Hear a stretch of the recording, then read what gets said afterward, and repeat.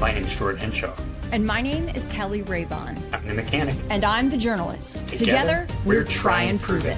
Someone has been charged with aggravated murder and is facing the death penalty, so we better figure it out, right? How do we tell the difference between an assertion that is true and an assertion that is false? You've got to start with all of the evidence, and you don't have all the evidence just yet. Okay, well, I have no idea. Whoever, but it's a dot. Where's the dot? Right there. Science is not absolute. It doesn't say this is what happened for sure. It says this is the best explanation we have. 3, start sequence. 1. If one picture is worth 1,000 words, one field demonstration is worth 100 internet conspiracy theories. I'm gonna ask something at the risk of, being wrong, okay? But we're all just friends here. We're all just talking. Hello, friends. Happy Thursday evening. And tonight on Try and Prove It, we are putting a major claim under the microscope. So Candace says that the mysterious burned item in the car was Charlie's shirt. That's the latest theory. But does that actually hold up when you test it? Or is it just another theory that falls apart under scrutiny? Well, Jordan is going live with a real-time experiment to see what the evidence actually does, not what people may say that it does. No speculation, just results in real time. Plus, I'm taking you inside my trip to UVU, walking Tyler's alleged path step by step, comparing the narrative to the physical reality on the ground. Now, there are some things that don't line up, in my humble opinion, and we're going to show you exactly why. And yes, we are going to address some of those ongoing frustrations with, we'll say, the big influencers' claims, because at this point, if you are putting theories out there publicly, they need to be tested and not just repeated or retweeted. If you're here for the facts, receipts, and the real-time analysis, you're in the right place. Let's get to it. Jordan, are you ready over there? I hope so. Here we go. Yes, I am. Can you hear me? Yes. So what we have today, we have some gauze pads to test with the, and this is fake blood. This is just red paint, but we're going to use that as blood. We also have a torch. We have some gasoline in case we have some difficulty getting the shirt to ignite. We have scissors to cut up the shirt so I can keep at least part of the shirt, the top. This is the Carhartt Force Sun Defender shirt, a size large. This has this logo in the bottom left that we see on Charlie. It has the double seam that we see on Charlie. It has the black band around the collar that we see on Charlie. It has the rectangular logo or tag that we see on Charlie on the back. And it also has the graphic goat logo right there, the little goat right there. I'm not sure if you can see it, but you can also see it on the inside perhaps. That indicates that this is a sample order from Graphic Goat. The custom text was not printed or put on the shirt by Graphic Goat, so that would have had to have been done in-house at TPUSA or with a local shop. So our mission today, our objective is to cut and burn part of this shirt to see how it burns and what it looks like. And we're also going to put some red paint on it to do our best to simulate what could have been in the car that day. So we're going to go ahead and start cutting it now.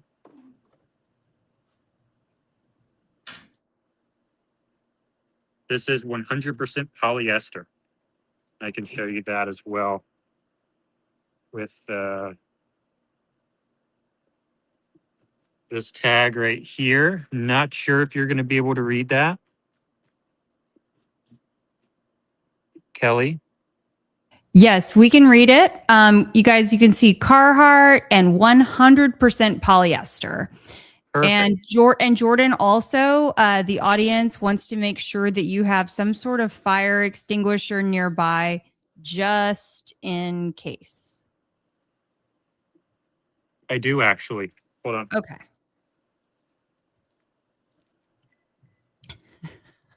Leave it to Jordan, always prepared.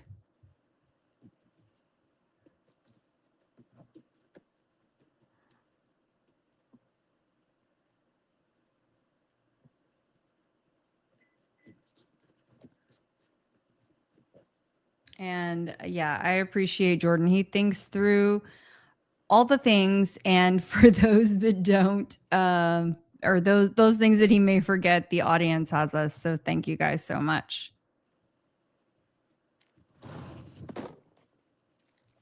Thank you for the suggestion. Absolutely.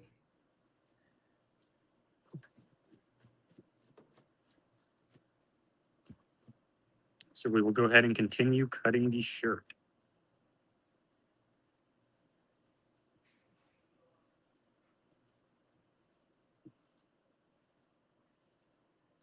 This is like the most exciting part of the stream here.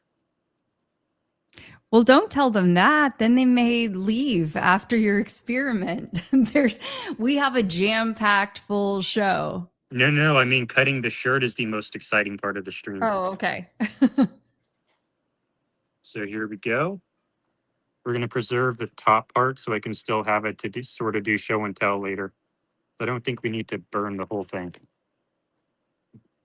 Okay. I think we should put the blood on first, since that is what would have happened on the day. In theory. And in the meantime, everyone, please make sure that you like the stream, that you are subbed, share it out if you can. We would really appreciate it. This is good stuff. Yes, and please subscribe to Try and Prove It. Also, Jordan, can- folks would like to know if it is oil or acrylic paint. This is oil-based, I believe. Let me check. Most everything is oil. Is that itself highly this is flammable? Acrylic. This is acrylic. I don't think so. But we're going to find out. We're doing it outside, so that's good. Well, and folks are asking why paint. And so, Jordan, would you like to elaborate on that? Because I don't have anything better. I mean, I can do the fake blood, but I would have to mix up a batch, and I don't really feel like doing that right now. And I usually use red paint in the fake blood anyway to get the right color, because the food coloring doesn't really do it. Okay, everyone's saying that oil paint is super flammable, so.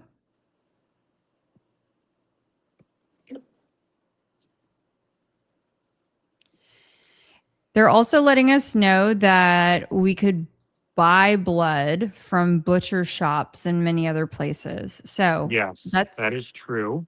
But noted. it only counts if I have time or if I manage my time such that I actually do it. Right? Yep. So, There we go. I mean, let's remember this is not Jordan's full-time job. He has a real full-time job beyond this, but here we go. Do we have good view of the flame? Of the flame, is there a No, we don't. Okay. Let me just tilt this up then. There you go. Yep. Okay.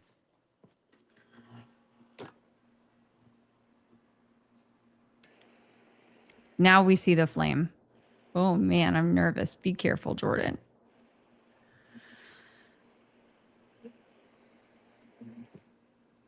People say get the paint can out of the way.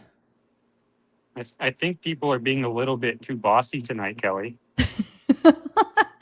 Well, now I understand how worried they get about you, just like they were worried about me.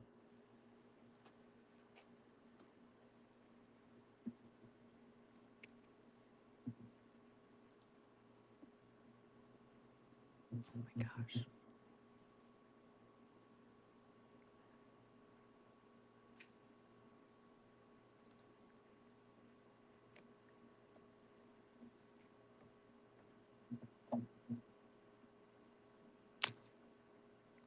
Yes, and doing this in a suit.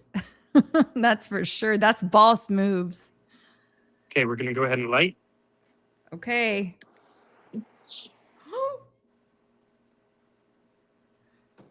Oh Oh my God. Thank God we have the extinguisher.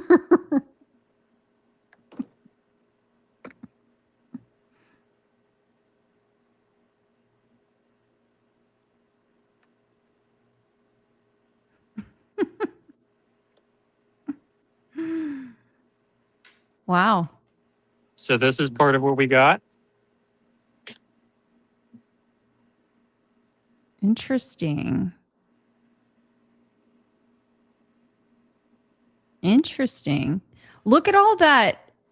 What was all the white flaky stuff on the table before? I don't think I remember seeing that. That's the before. fire extinguisher. Oh, okay.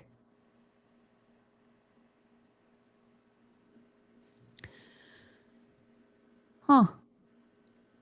So we have this little bit here.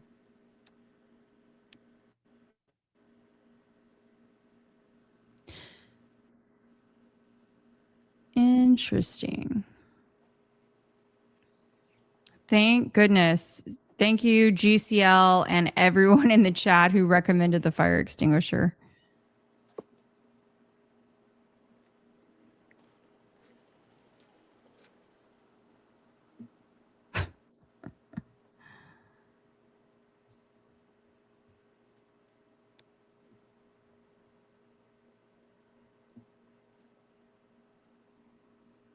So that is what it looks like.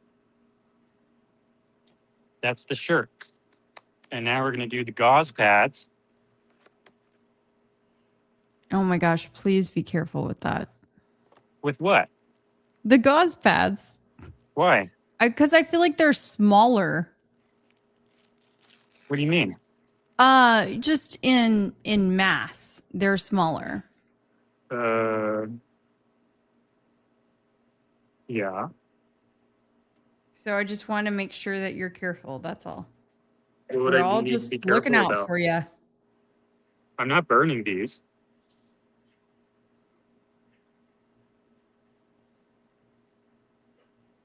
I'm not burning these, so. Okay, got it. Just kind of like sopping it around in the. Okay, gotcha. Yeah, the other thing I think we should test out on another time, I wish I would have thought of this ahead of time, was like a paper bag, similar to I can get one of those. door. Yeah, I did think of that, but I forgot. But thank you for reminding me. The door dash. So this is what that looks like. So I don't think it's that. Do you have the image pulled up? No, but I can. We can do that later. Yeah, we can do pull that it up later. Yeah, we can pull it up a little bit later. Okay, let me And I run think and get once that dries too, because it'll be helpful to have that dried. Yes, I'll be right back with the paper bag. You copy? Okay, well, you guys let me know in the chat what you're thinking so far. What are your big reactions? Did you copy that? Say that again, that you'll be right back? I'll be right back. Yep. Okay.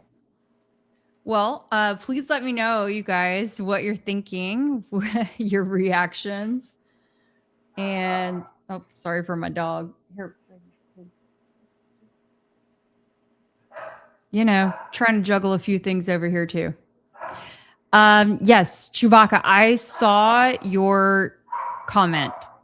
So, Brayden, go get the dogs. Sorry, you guys. 3-ring circus over here.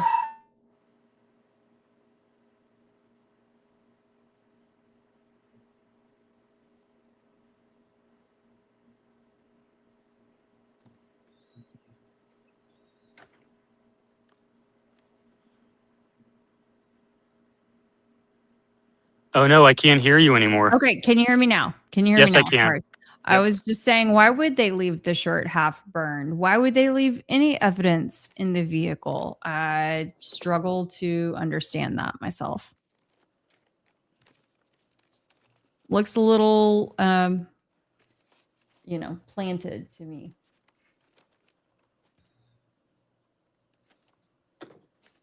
Can I put your camera back up, Jordan? Yes, please. Great. So this is our theory on what it might have been. I haven't made it bloody yet, but that is the starting point. Right? I cannot hear you if you're speaking. Oh, yes. No, that's what our theory is. Sorry, I thought you were Yes. just speaking. Yes, that's our theory. And you could see in some of those pictures a DoorDash bag in the back seat. If anything, it looked like maybe a piece of that.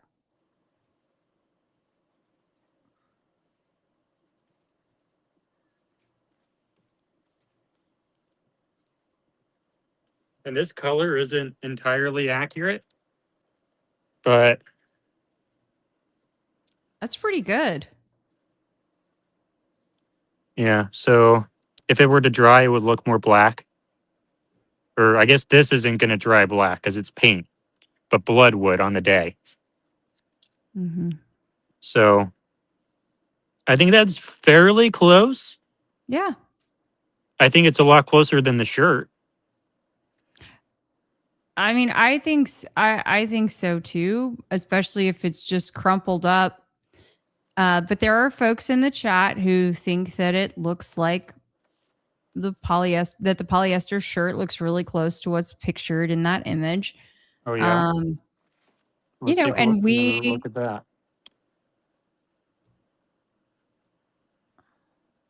So I could see this part being pretty similar. Yeah. I think. I suppose this part here. But it's still just, I think the overall like middle color looked a little different. Mm-hmm. And I just maintain that it all felt staged. Cool Pigeon says burn it more. So I don't know. Yell at me. Call the fire department. Right. I mean, that was a massive flame. Yeah. But I appreciate, Jordan, that at least you took the time to go at least to do this, not only live, but just to record it as well.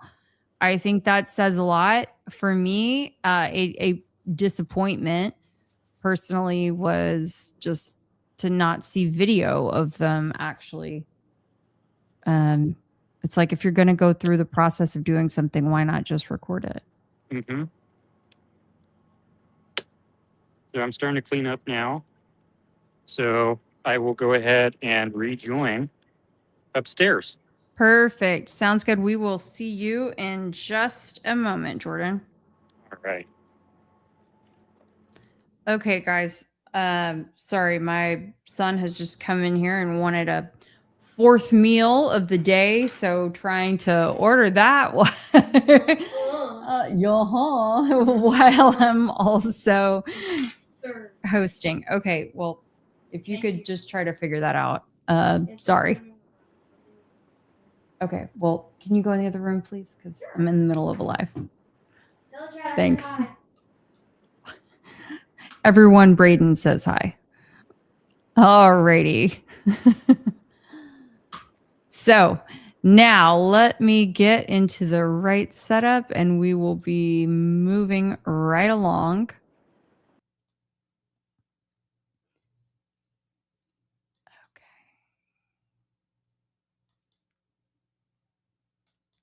Well, so one of the things that we wanted to kind of discuss tonight is, well, for one, the Shawn Ryan and Candace Owens interview, because we really haven't gotten into that very much. And then two, just some of the aspects, I think that it feels like maybe she's led people a little astray sometimes, or says things that are like obviously not right. And it gets to be a little frustrating. I do not intend for this to be any sort of bash Candace session at all. But when you've got someone who is leading the investigation, quote unquote, it ends up reflecting on everyone. And so that gets to be a little frustrating. So I'm wondering if anyone in the chat wants to drop in some examples that you can think of things that have been said over the last 10 months. I mean, we certainly have a few things that we would like to talk about. But I'm curious what things that you guys notice as well. And this is a great point, GCL. So I kind of have a suspicion that she gets a lot of bad intel. That may be the case, but in my opinion, it's up to her to investigate that and not just run on half cocked before she tells, couple million people. She's got 6+ million followers now, that something is what she believes that it is. That's all.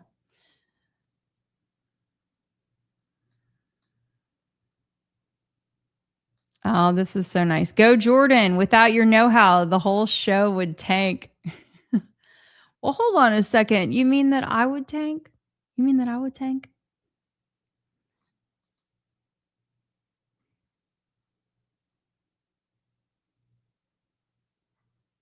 Okay. I think Jordan may have some of the elements, so I'm waiting just a second. But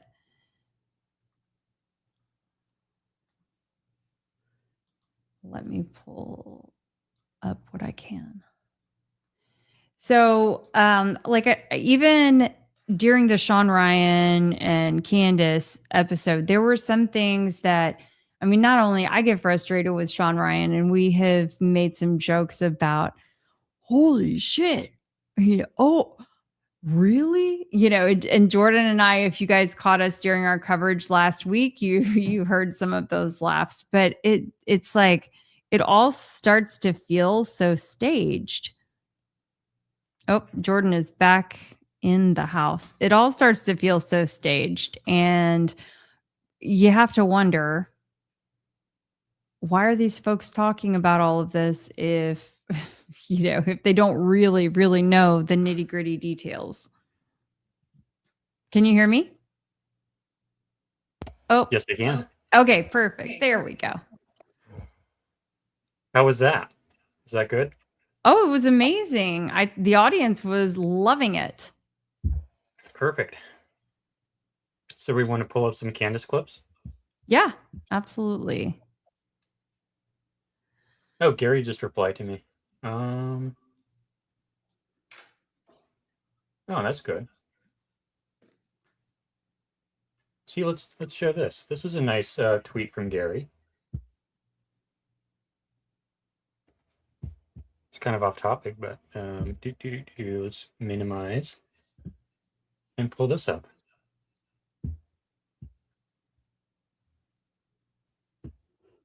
Go into this one. That's a nice tweet. Okay, let's pull up the Candace clips.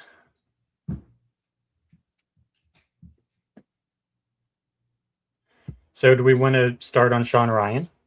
Yeah, I think that would be awesome. Sorry, I've got a son who's like harassing me over how much fast food I've ordered for him. He was talking about that earlier too. Yeah, well, Calm down, buddy. All right. Yeah, Gary, Paramount Tactical. Here we go. And let's unmute the screen here. And let's go into here. And what is, or maybe I should go into transcript mode. Is there a specific part that's most exciting? I don't know if I would call it exciting, but I think it's very exciting.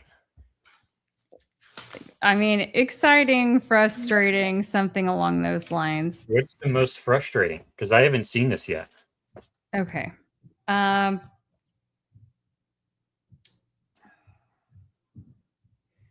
have a lot of like little notes, but I think when she's talking about, when she's basically talking about the event, I mean, just go to Charlie part, and if you just want to type in Charlie in the transcript, or that can get us started.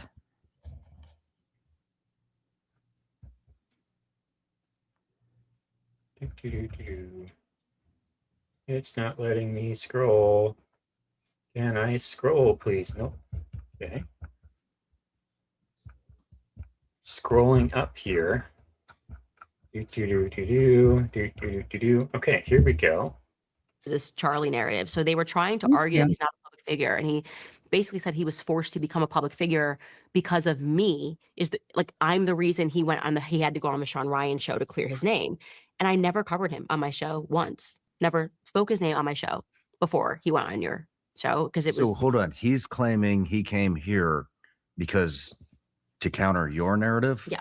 But you weren't talking about him. Never said one word about before. him or the security apparatus because I knew them and my mind just wasn't there at all until he did your interview, and it was so disastrous in my view, and I think also the view of all the people who watched it. According to the comments, there was just something off about it, and I went, whoa, he's answering questions weird, the stuff that he's saying doesn't really make sense.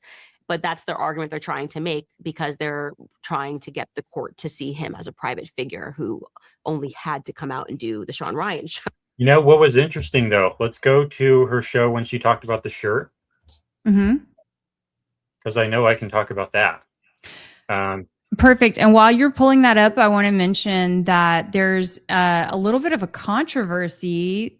I don't know if you've heard about this, Jordan, but in the lawsuit of Brian Harpole filing against Candace Owens in federal court, Candace hired an attorney who apparently has recently, I think, I'm going to mess this part up a little bit, but has been engaged in some kind of legal activity there that all of the entire bench in Middle Tennessee recused themselves. The judges recused themselves. And so now they're trying to figure out who will be able to hear the case. Yeah, it almost seems to me like, I mean, is this like a way out of the case? It's so strange. Or is that strategic? Grok says this is highly unusual and appears unprecedented in a standard civil federal defamation case. No clear parallel examples turned up in other districts for similar suits. Is this the one? Things that make you go, This is the same episode. You remember which episode was the shirt? Maybe it was this one. Oh, this is interesting. I made it onto Candace the other night. There you go. The moment you've been waiting for. I was even speaking when they paused it for the screenshot, as you can see. I wasn't talking in the show, but you can also say that my field tests have made it onto her show as well, because in my profile picture, I'm doing one of my tests. Nice work. So my tests have made it onto Candace Owens. In one way or another. Is this the show with the shirt, though? It would have been kind of, there you go. Yep. Me to be fired or lose my life. I started to email during the question of the pulse oximeter. If we could pause that for just a second. At the beginning of this, okay, I understand people got all over our case about when she first showed this burnt material in the new car photos a few weeks ago. Man, people jumped all over our case about me saying, why did she call it an Uber Eats bag when it's a DoorDash bag? The thing is that facts matter. And when you're the lead investigator, whether we like it or not, you have to get things right because it just offers an opportunity for opposition to poke holes, discredit, any of those things. And it was like how she led the show. So, I mean, just know. And she's had these photos for, I don't know, 6 months, 9 months, something like that, a long time. So come on, like we gotta call it the right thing. So in this case, she says, oh, a doctor emailed me, when in fact, right off the bat in the top of the email, you see it was a nurse that emailed her. I'm just saying facts matter. It's about professional integrity. And we're going to talk about that later. And like, why does this stuff matter? It's because imagine a lawyer went up to testify, or not to testify, but to talk during a trial, and they just started using the wrong words for this, using the wrong words for that. In that context, it's like, no, the terminology does matter. It's on the written record. And is Candace's show equivalent to that? No. But we expect the same general level of professional integrity. And we're going to get into some of the principles that we can draw from this later. Used one today. The silver, I believe, is the hypothermia blanket that comes in that medical pack. I think you figured that out. Your mind is asking the right questions, but what is the charred, burned thing on the ground? It is his shirt. I have taken care of multiple burns as a plastic and reconstructive surgery nurse, and that is his shirt. How? Just flatten out that bunched up piece, flatten it out in your mind, flip over the right side in your mind. Yes, I actually did send her a video. I sent her an email and a video. And I can actually show that real fast if I can find it over here. Because that is unlisted on Try and Prove It. But we can probably find it if I go over here. But I did send her a nice email telling her exactly what the shirt was. But we're going to get to that in a second. It is this video. If I can unexpand this one. I made her this nice little video showing her exactly what the shirt is. And it only has one view, so I know she hasn't viewed it. That's my view. But you know, look at the extent of effort that Jordan went to. And, you know, he is a recognized creator in this space. Took the time to contact her, make a special video for her, kept it unlisted. And look, I know she's busy, but she also has a staff. And just, it is what it is. And it is questionable to me. The top part is the bloody top of the white shirt. The back is scorched. So the issue I have with emails like this and publishing them is you need to be able to demonstrate your claim. It's a very easy claim to demonstrate, as we just saw. So if we're going to make these like super confident assertions, and she will Why? try, How? Because we can probably do better. Electrical current is hot, and the shirt had some polyester in it. When polyester is heated, it So when people say that electric current is hot, the issue I have with that is we don't. Is this live? Let's not have that live right now. We have this post that I just did. Someone has a new theory on what happened to Charlie, and it's like really complicated. And I can show this now. This is one of the things. Feeling kind of cool? Feeling kind of cool? What's causing this wire to jump? Well, as it turns out, charges that are moving. Okay, and then they also have this video here. Second switch, it's going to send DC current, the same current, through the wire. And since this is a coil, it makes a straight up or a straight down magnetic field. But this straight line wire is going to create a circular magnetic field. And, well, watch what happens. So they think that's what happened to the shirt, and they wrote this John Bray style single paragraph explanation that I kind of read, but it sounds like John Bray. And the issue with it, like I point out here, is he's not wearing that.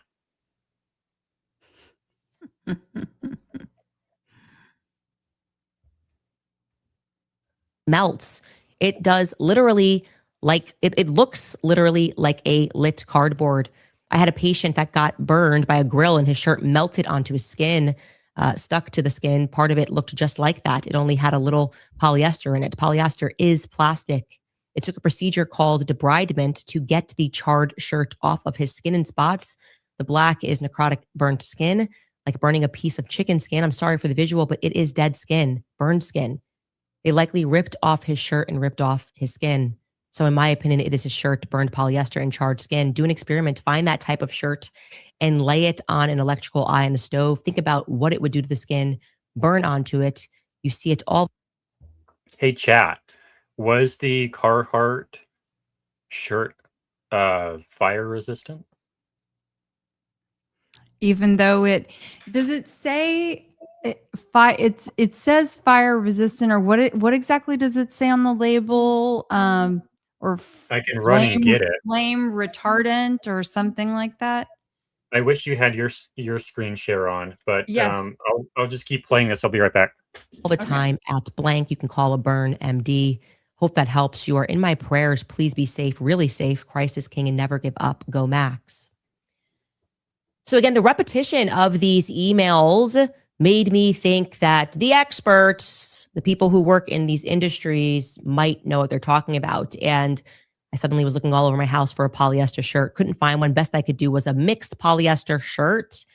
Baron Coleman was here the other day, and he told me that he thinks that that particular shirt that Charlie was wearing was 100% polyester, but the best I could find was a 50% poly mixed shirt this morning. And we are waiting to receive a full polyester one. We went ahead and just started burning stuff. Me and the team went outside and we just started burning the shirt. And I'm going to show you the result that we got. I was totally surprised to see. Of course, we don't have blood on the shirt that we burned, but this is what we got. And I have to tell you guys, I think there is something here when you look at the other object. Look at this. Look at this comparison. We did this morning on the right. On the left, you are looking at that remain. And then we had people that were telling us that they think that that portion up top that's quite thickened might even be remnants of the road mic. I don't know about that. But that tippity top part that you're seeing is what she is referring to when she says the collar, the seam. I can see that now. We received another email where a woman is telling me that you're looking at the F of the shirt. I can't quite make that out, but I'm stunned by this. I'm stunned that we were able to replicate that, and it's not perfect. Obviously, Okay. Give her a slightly better pose there. It says, built to serve and protect all hardworking people. For Sun Defender. I don't think that necessarily means that you can put it on the surface of the sun, though. It's not going to defend against that much sun. Right. Oh no. The tag is on the part that I threw away. Oh man. Okay, I'm going to pull up the listing Okay. in the meantime. an explosion versus us just lighting something in a fire pit is going to be different, but I am stunned by that plausibility. And we're going to keep you posted. I think there is something there. I'm actually trying to get my hands on what was left behind in Charlie's vehicle. I'm ever determined. I've seen someone comment this before, something about an upside down suitcase. Can you clarify what you mean by that? I'm not sure what that's yeah. about. So that's talking about, it's actually the gear box that Charlie is, his chair is up on. So I don't know if it's like a speaker goes in it or something goes inside that black. You mean gearbox like the AV box, not gearbox like on a car. Okay. Right. Perfect. Moving on to Turning Point USA and their affiliates, they are obviously losing their minds right now. Okay, of that there is no doubt. They are throwing every stone, making every accusation. They are getting their hands really dirty. You know what? I still have another one. Actually, I'm wearing it right now.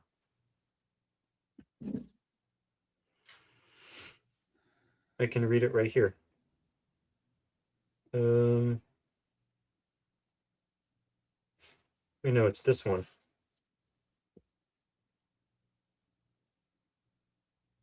It says, I don't see anything about fire resistance on the front, but on the back, it says, turn garment inside out, machine wash warm like colors, non-chlorine bleach, tumble dry low, do not use fabric softeners, cool iron, do not iron or ornamentation, do not dry clean. spring 2025. And yeah, there's nothing about fire resistance on here.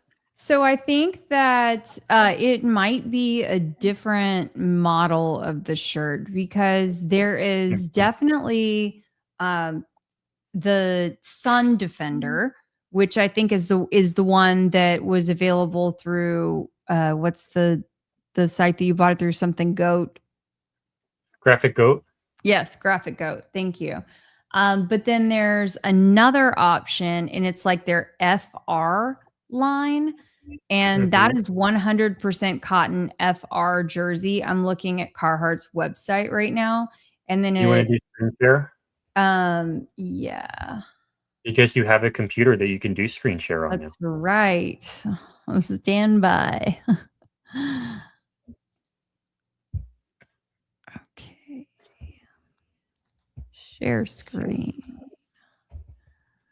Make sure you select audio if you wish to share audio. Wait, it's because I have it in my other screen. Maybe. I don't know that Candace is aware of my work. I'm not sure that she is aware, but it would be nice if she was, I suppose, if I got some exposure from that, or if we got some exposure from that, but I don't know. I've not seen evidence that she's aware of my work or our work.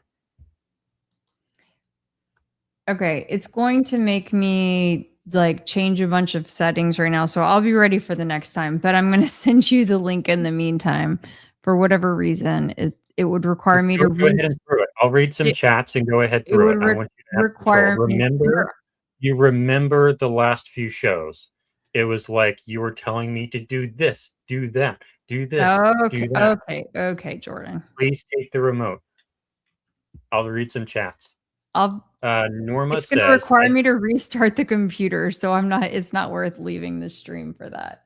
Yes, it is. Okay. I do believe that Dan Flood dropped Charlie into that upside down suitcase. My guess is that it was a soft landing pad made of foam or an opening to the ground so he can make his escape.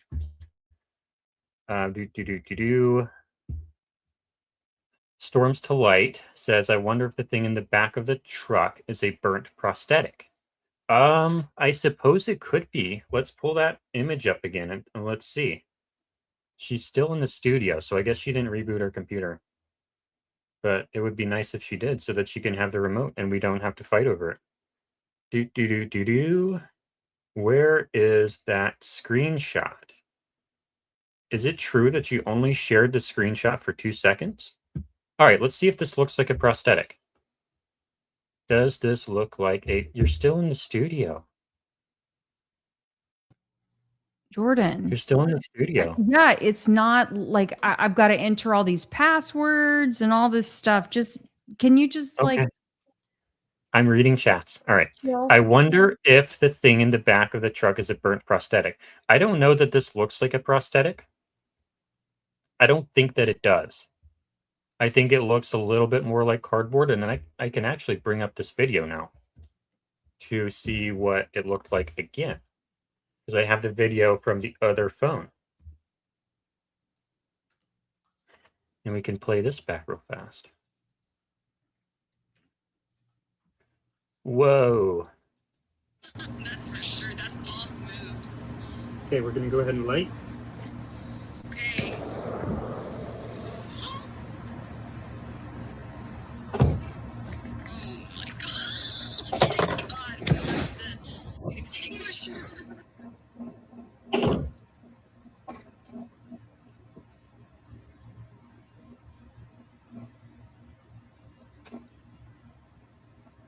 So let's scroll forward to when I show this part. So does that look like it? Let's see. Let's do a side-by-side comparison. I wish you were on the other side here. I think this is pretty good.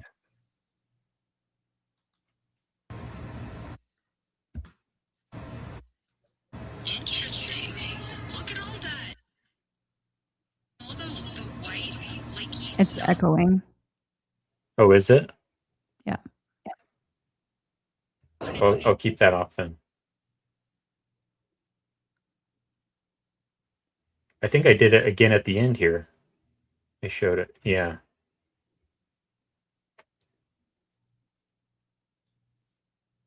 So I don't know that it, like this part here doesn't seem like it's a shirt. It seems more flaky and layery than a shirt Mm-hmm. to me. And I don't even know that it matches the cardboard. But I would like to bring this into my editor real fast. So I'll take this off the screen and I'll bring it into my editor so that we can get a better side-by-side. And file, open a new project. Do you want me in the meantime to look at the listing? Sure. Okay. Oh, you have your screen share. Perfect. Go ahead and take it. Okay, I'm gonna have to remove us from the screen, I think. No. Oh, hold on. There you go.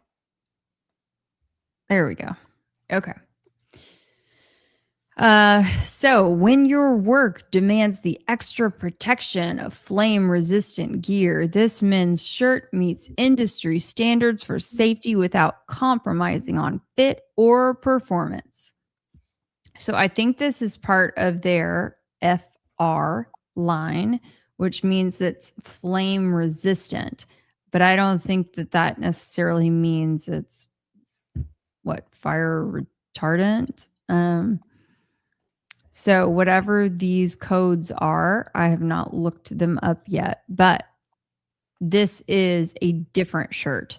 This is not the Sun Defender. This is a different shirt with the FR technology. And is that possibly compatible with being the same shirt? Does it have any clear indicators that would say that it's not the same shirt? Well, I'm not on the Graphic Goat website. I could do that, but at the Graphic Goat website, I just recall it being the Sun Defender, which to me is a different line. Let me rephrase. When we look at Charlie, no, don't go to that. Oh, okay. Hold on. Can you go back? Yep. So when we look at Charlie, is it possible that what he is wearing is this shirt? Well, I mean, this was the first one that I pulled up because I knew already that the FR line is has this technology in it. Yeah, but what I'm asking is, are there any indicators or visual signs on that shirt that would disqualify it from being what Charlie wore? Well, I don't believe that this is the shirt that he wore because for one, it's long sleeve. It's got a pocket on it. Okay, so that would be a yes. Okay. Yeah, but as I said, this was just the first shirt that I pulled up with the FR technology. They have an entire line. And this was just the first one that I pulled up. But all of these, for example, are FR. And who's to say, look, if he wasn't ordering, 200 of these shirts or something like that, that he couldn't just call up Carhartt and say, hey, I really love this shirt. Can you please just make me a cut of it without the pocket or something? I haven't looked lately. I know that I looked like 8 months ago at the shirt. Mm-hmm.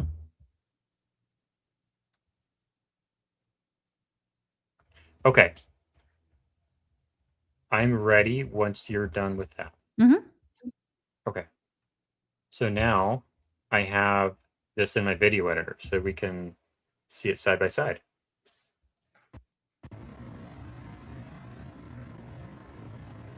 So the color, the red color is a lot more red, bright red, than it would be for dried blood, but that's okay.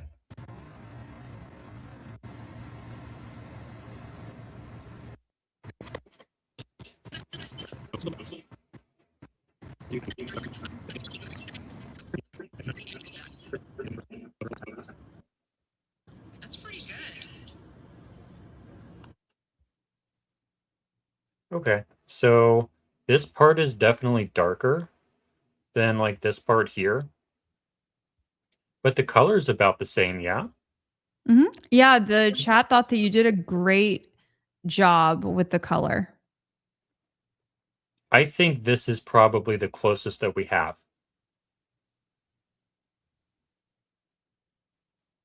I think this is the closest that we have. And just imagine that the color of the paint is slightly darker. I can get better paint that's the right color. But I think that's probably the closest we're going to get. Yeah. I mean, it's not necessarily proven that's what it is, but I think that's probably what that is. Because when we look at, I think I bring this shirt in again.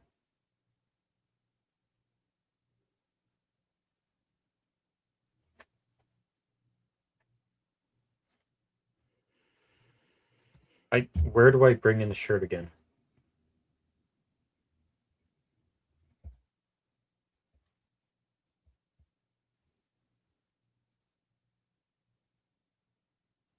Because remember, you say that someone thought that the shirt was better, and then I bring it up again. Where is that part? I thought love toward to see the the toward the shirt. end, I thought. Yeah.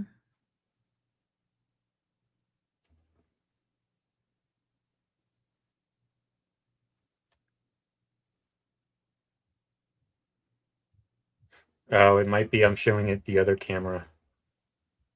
Maybe I didn't show this camera again. I see. Yeah, that's probably what happened. I didn't realize. Yeah, that's what happened. Okay, that's all right. But I think the conclusion there is that the cardboard wins, in my opinion. And that's because the white of the shirt is just a lot whiter, I think. Mhm. And it's not really the same. Like you don't have it shrinks. The shirt does. And I don't see it shrinking.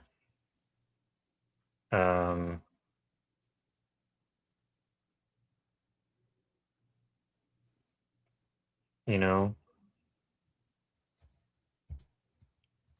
that just doesn't look the same to me. But anyway, let's get back to the Candace episode.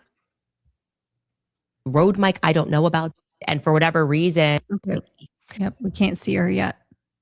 Here we go. fired from Fox News or had. But anyway, so let's go back to Shawn Ryan, yeah?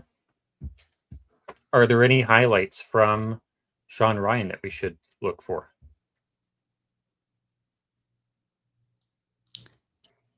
Yeah, so let's see. I got pulled over on looking at Carhartt t-shirts, so hold on. Do you want to go back to that? No, we just were on that. I think we're done with Carhartt. Okay. Oh, one of the biggest podcasts in the world. That was a bag.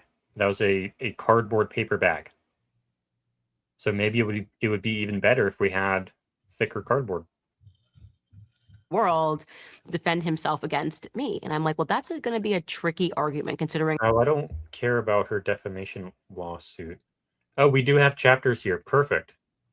We have chapters. Missing evidence, Charlie Kirk's legacy. We have threats, victimhood, and politics, probably. We have gaslighting. We have, I guess, her political assassination questions. This might be interesting. Society needed shock treatment. And Charlie's death was shocking in so many ways, not just the death, the administration's reaction to it, his wife. There's so many shock points. It shocked the senses in so many ways. It made us consider things that were so beyond the realm of what we, I think, could have ever thought feasible. I think his assassination had to be live streamed. And What do you people mean? who Why are do you say evil. that? Some ritualistic thing, or Yeah, so for two ends, the people who orchestrated his assassination, it was ritualistic. I think that they wanted it to be publicized in that way because they thought they were then going to harness our emotion from having seen it to their benefit. And what it did was it certainly did harness emotion, but it was not to their benefit. So you ask, why is the shirt white? I say it's white because it's political theater. And when you look at every single tutorial on how to do that neck wound for Hollywood, the shirt is always white. Let's actually pull it up real fast. Let's pull it up. Let's pull up every single tutorial. Neck wound tutorial. How long have you thought that it was political theater, Jordan? Do you want to talk about that? I've thought that for a very long time. Where's the ones that I'm looking for, though? Oh boy, where these are like not professional ones. Hold on. What did Neck you wound. type? You typed in neck wound Hollywood. Blood Did you put in prosthetic. like prosthetic or something? These aren't the professional ones. There's all kinds of professional ones. Okay, while you're pulling that up, I want to say I haven't not seen your email just yet, but I did see Labella Anima. I did see this same clip pulling up in my X feed. So yeah, it was wanting me to like sign up for some kind of, I don't know, movie service or streaming service or something. I didn't know if it was a scam or not, but let me know if you actually watched it. I can't find the professional tutorials right now. I don't know where they are. Like Not literally like all the ones. Mike, they're not like showing Mike up. Makesh. Oh, here's one. Hello. Yeah, this is the one. I have to be careful with this video. I'm But Mike in this Makesh. tutorial, this is a professional tutorial. He's wearing a white shirt because the blood shows up better. And that's why you wear a white shirt. So that's one of the professional tutorials. Stan Winston. Neck wound. While you're pulling that up, Carolyn A said, I asked Google about Carhartt fire resistant t-shirts. It said, yes, they do. Showed a photo of a t-shirt that looked like the CK shirt. Again, I remember pulling something like that up very early on. However, then I wasn't able to actually find anything that was available for purchase. It could have been something that they discontinued, like as of late fall last year. But that's when I was first looking into it. So I'd be curious. And this is another one showing you how to do the exact same neck wound, white shirt. And then there's another one that they do where they go to like a middle school or high school or something, and it's another white shirt. It's always a white shirt because it shows up against the blood shows up against white best. That's why it's a white shirt. It plays on your emotions. That's just what you do when you're baking Yeah, a I mean, neck it's wound in a white symbolic. shirt. Totally. And the idea of freedom. And it was something, there was something that Candace had said, which was new information to me, or at least that I didn't remember, was, an interview with, that I think Megyn Kelly had done, or she had appeared on the Charlie Kirk show. And she was asking Charlie's executive assistant, who apparently picked his clothes out every day, and had multiple shirts there available for him to wear. And Charlie picked the white freedom shirt. And, I think that was quite symbolic. But was it symbolic? Was it symbolic because he was going to feel free after he faked his death in front of everyone? Or, something a little darker? All right, you guys. All the stuff that he doesn't need to think about, I would do for him. And clothes. How'd you do clothes? Yeah, you figure that out. It was difficult, not the easiest job. We have the clothing racks in the warehouse. Yeah, some days I would just have to guess, figure out what is Charlie going to want to wear today, and sometimes I'd be right, sometimes not. But well, can I ask you? This is not to take it to a darker place, but we're all wearing these freedom shirts, the same shirt that Charlie was wearing on the day that he was killed. What is there a story behind this shirt? Yeah, so we usually bring a couple shirts. to the campus stops, and I asked Charlie in the car. I go, Charlie, what shirt do you want to wear? He goes, I want to wear the Freedom shirt. That's not controversial. What were the other options? Oh, I can't remember. Like, what exactly. did he wear? Like the one that my son has with Trump giving double middle fingers? No. Missed twice. Not those ones. It would always say something: "Never surrender. Here I am. Freedom." It was he liked his short taglines. So yeah, that's the clip you were talking about, right? Yep. The emotional reaction that happened, if they could have controlled it and built a conduit for it, would have been amazing. If they could have just channeled it as they wanted to, literally channel. And they channeled it with the not the ceremony, but the thing that what is Memorial it called? service. Memorial. Yeah. Yeah, that was them channeling it.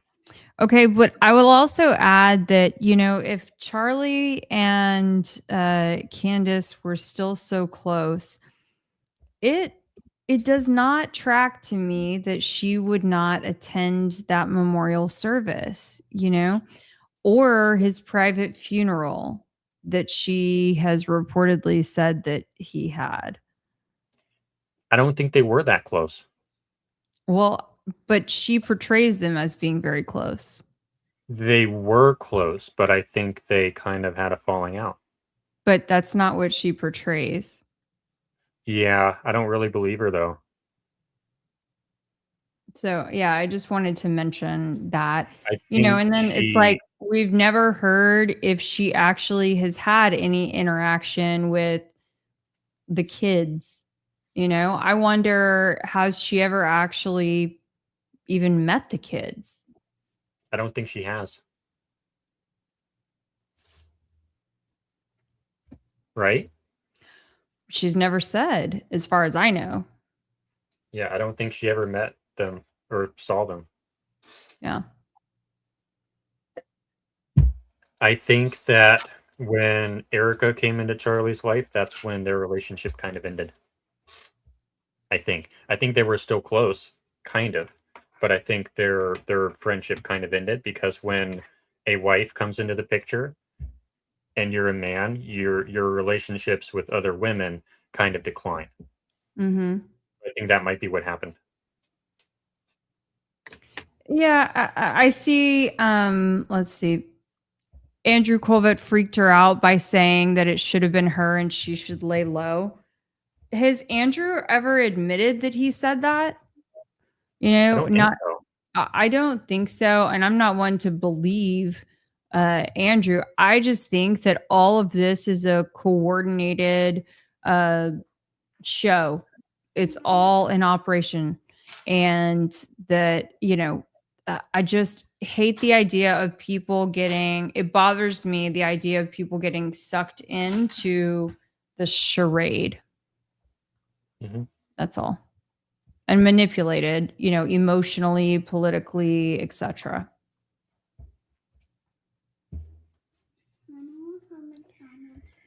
Channeling energy, a form of witchcraft, right? And they wanted to channel that energy toward Erica, who in my honest to God perspective, I believe she is a tried and true psychopath, truly. And I'm not saying that to be theatrical. I'm you know, not trying to be hyperbolic. I mean, like clinical psychopath. So this is not a bashing of Candace episode. I agree with this statement. I mean, I'm not going to diagnose Erica, but I made a video on it. I don't know if Keli, you've made a video on it, but I made a video where I said, hey, psychopath is not even a clinical label, so I kind of have a little bit of leeway there. I think it fits. I've just talked about it a lot, and then my Erica's exit video. I mean, I've been tough on Erica in appropriate ways, you know. Yeah, like why though? But I also think she's a distraction. We're supposed to. There we go. You're supposed to be on that side because you're leading this episode. So, why do we think she's a psychopath? it's because her emotions are very flat in a specific area, right? Because she doesn't have, all of her emotions are fake, and that usually means that you're a psychopath, right? And I can pull up my video. There's a really good wheel that I have where I kind of show what I mean by that. Jordan Henshaw, Erica Kirk. They kind of show like what does it actually mean to be a psychopath, and it's a really good wheel. It's like the emotion wheel, but here we go. This is good. So a normal person is able to feel angry. They're able to feel anticipation. They're able to feel happy. They're able to feel trust. They're able to feel fear. They're able to feel surprise, sad, and disgust. But when you look at a psychopath, they're able to do angry, anticipation, happy, trust, fear. But a lot of these emotions are black. They don't exist. And they can try to feign those emotions, but it doesn't work very well because they're not able to feel those. Oh, God damn it. You have to let me know when I do that. So a normal person can feel all of these emotions perfectly normally, but someone with a affective impairment or emotional deficit, aka psychopathy, they can't feel any of these more complex emotions at the bottom here. They're cut off from those. So what I've said before, like I've said in this video here on my channel, when Erica Kirk is in ordinary, everyday situations, she doesn't need to, she has a lot of examples on how to behave, how to act, because she can see all these other people acting in normal, everyday situations. So it's really easy to fake it.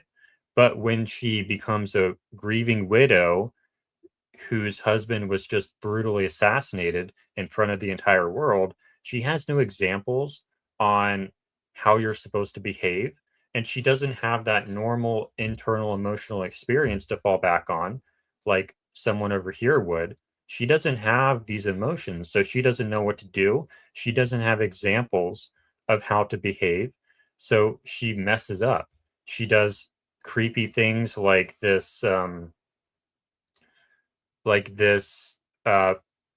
casket video where she has the microphone and she's kissing the body in this really, really creepy thing that's completely wrong. And that's because she has no examples to fall back on. She doesn't know what to do. No one has taught her how to behave in this situation. And she does not have the internal experience to just fall back on, because a normal person just behaves the way they feel. But Erica doesn't feel, and that's why her behavior feels so off, in my opinion. A lot happening there. Okay, so he went on and did this difficult task of picking out shirts, and then Mikey McCoy comes out and tries to make it seem like it was a really hard thing to pick out a t-shirt.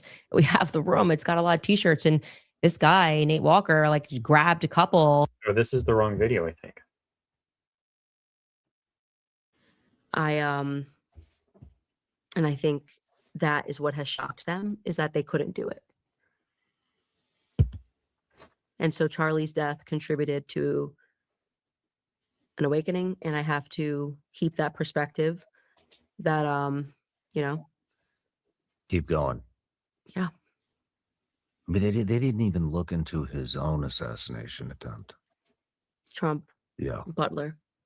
They There's a fucking reason for blocked that. the And that's what I mean by political theater. I think a lot of this stuff is political theater, because like the Trump thing, I don't know what actually happened there, but it feels fake. It feels like political theater. It feels like the purpose of it was to get him elected.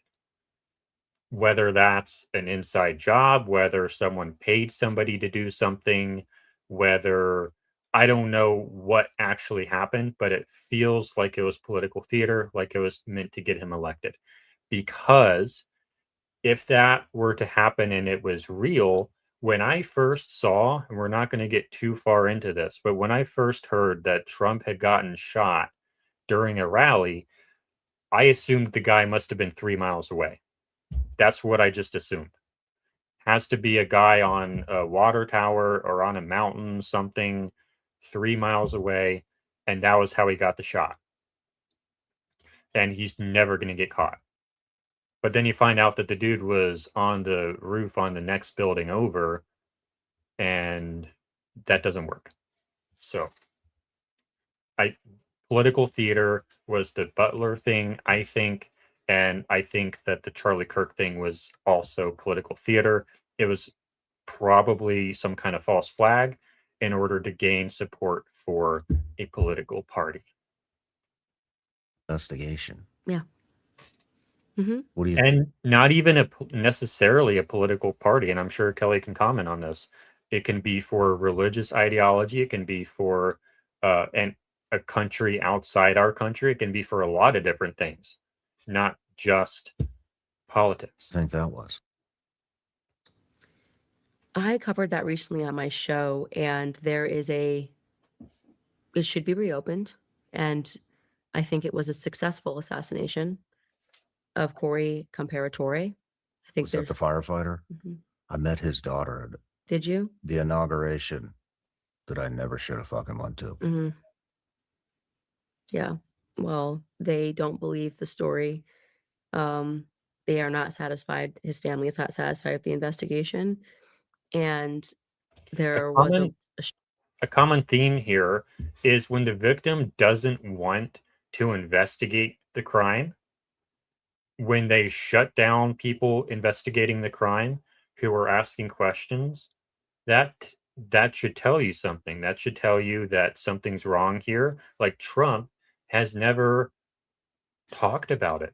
And there's seemingly no investigation into that. No one's talking about it. No one's worried about it. He doesn't care about, I forget the name, the guy on the roof for Trump. No one's talking about it. It's not a thing. And it should be, because he's the president now. But we also have the exact same thing with Charlie Kirk. We got the guy in 33 hours. There's nothing left to investigate. It's over.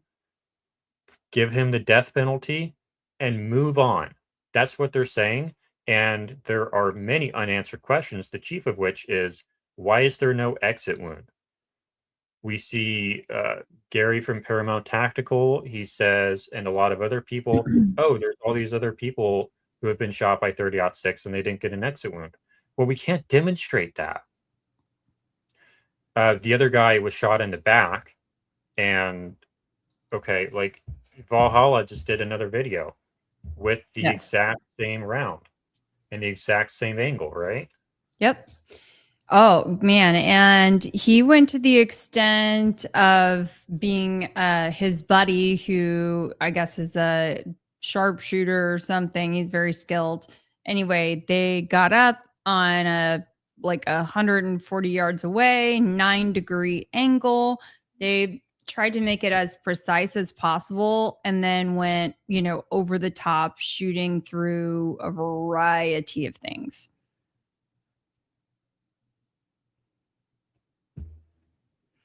It got pretty graphic at one point in there, but I highly recommend checking out that video if there's still a little part of you that thinks that maybe the 30-06 is a viable option. And we'll stop this round, right? You better use a lot of Gorilla Tape too to give thick skin. All right, guys. So this is like the most obnoxious test ever, or actually kind of maybe expecting this to be the thing that can maybe stop this round. Okay, this is the important thing is during the trial we found out exactly what round it supposedly was. So which also didn't equate to even being a 30-06. What do you mean? The fragments that were discovered and the size that she said that it would equal to was not even as large as a 30-06. I did not know that. I'll have to look into that. Oh yeah. It sounded more aligned with a 223, but it was a range that she gave of possibilities, and it was, far smaller than a 30-06. And thank you, VTO Army, for the reminder. There was dust in the barrel. Yeah, that doesn't make any sense. Okay, look, we got to watch Barronmore. No, you know what the deal was is that we were live streaming the whole thing all week long. And, it's hard to absorb everything as you're managing a live stream, talking to the chat, running in and out of the hotel room to the courtroom to the campus. I mean, it's a lot. And why were you not watching Barron at night, Kelly? Why was I not watching Barron at night? Because I was out at the campus, busting my butt, like getting photos and videos from all different angles around the campus, the neighborhood, classrooms, rooftops, and beyond. I guess I could have been, but I don't watch Barron anymore anyways. Yeah. So, but I'm sure he had a lot of good takes. Yeah. Oh. Freshly butchered, massive cow neck vertebrae. You see, this is 3 inches thick in bone, attached to also a pork shoulder blade with another 8 inches of meat plus another layer of bone. Okay, so plus wrapped in Gorilla Tape. If anything can possibly stop this round today, this is what we're assuming is going to do it. So let's find out. All right, and then we'll turn it around. Might have to.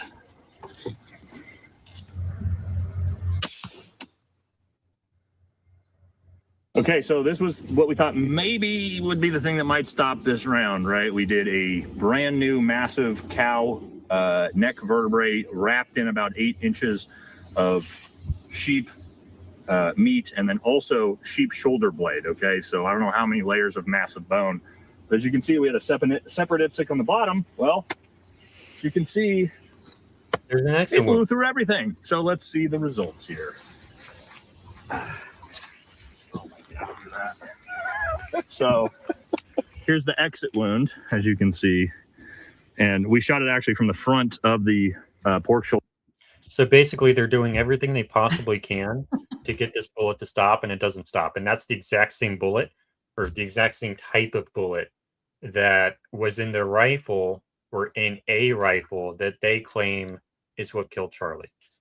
And if Jordan, I can get you when you come to Texas to would you be down to shoot a hog? Yeah. Okay. I mean, that would be a conversation for your dad, but yeah. Yeah. Absolutely. I mean, I see someone mentioning that Valhalla shot a pig too, or his buddy shot the pig too. And yes, that happened. But yeah, once Jordan is here, we'll be doing a lot more, experiments, demonstrations, etc. Yeah. And maybe if we're able to, maybe we can just keep adding meat after meat after meat and see, those where they do frying pans to see how many frying pans it takes to stop a bullet.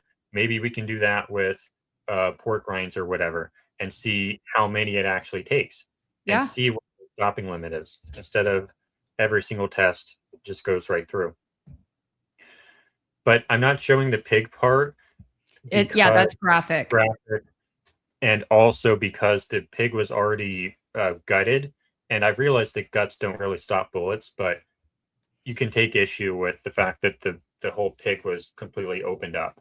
I did have some hesitation on that. I wish that they would have just shown the entry point, and then I don't know if they said, I know they said there was a little fragment, but if they said that did they even find the full?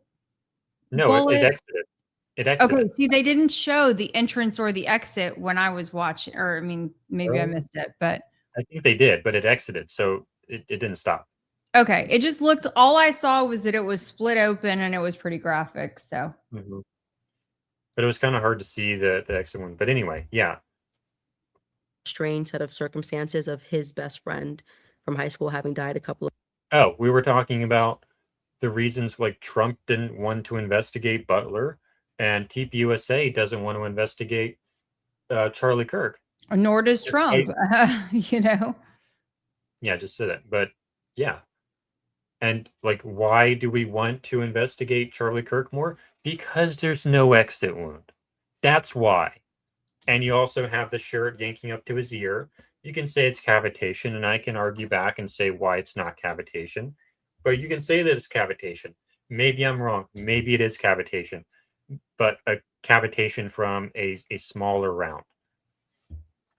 I don't think it's cavitation, though. A couple of years earlier.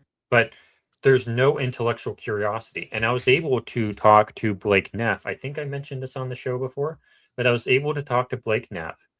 And I asked him, I didn't ask him specifically about exit wound, but I asked him, hey, there's some really weird stuff in this case. Who was Charlie? Charlie was a teacher. He taught us to question the government when something doesn't make sense, to ask questions, to get the answers. Can you empathize with the people on the conspiracy side who see this stuff and are trying to do what Charlie would have said to do? And he got interrupted, and he started to kind of answer that, but he got interrupted because it was a Twitter Spaces, and that's what happens in Twitter Spaces. But like, that's what I want to extend to the other side here. It doesn't make sense. Charlie would have questioned it. We should too. And the people who aren't questioning it, that makes them seem suspicious. Mm-hmm. From a... We can't see it yet. Thank you. Can explosive. And I covered that recently. The From strange... patent explosive? Mm-hmm. And I plausibly PETN explosive. And I covered that recently. The From strange... patent explosive? Mm-hmm. Mm-hmm. He worked with them, and I covered it recently on my show. The firefighter that was killed worked at the patent plant? His best friend died a couple of years earlier and worked at... Okay, so on exploding microphone theory, why is it not explode? Do you want to say something? Yeah, I do, because, and sorry, I don't have queued up the exact time that she says this, but when she first starts talking about patent and about the exploding mic potential and these things, she even stumbles over, like, I don't know how to say it. Is it PETN? I mean, it's just those little things that impact credibility when you're going on to a show that you know has the potential to have millions of views. And you've been, I know definitively have been talking to John Bray for 6+ months. Come on, like, we got to have it down pat. Yeah. And that's a common theme with her. So not knowing how to pronounce things. And like, okay, I'll give you an example of why this matters. In HVAC, Kelly, you know that I have a little bit of knowledge there. When you talk to a new HVAC technician who you've never met before, you have no idea what their knowledge level is. And they tell you about the refrigerant in the system, and they use the word freon. That's a red flag. HVAC technicians call it charge, they call it gas, they call it refrigerant. They don't call it freon. Redneck hillbillies, however, do call it freon. I call it freon. But you're not an HVAC technician. You're not an HVAC technician. When, like, but I did grow up with redneck hillbillies, so... Mm-hmm. But you don't want a redneck hillbilly doing surgery on your system. When you want to exude professional competence, you use the correct term. Freon is a brand. It is not the correct technical label. So that's just another example of when you use the wrong terminology, it's a red flag.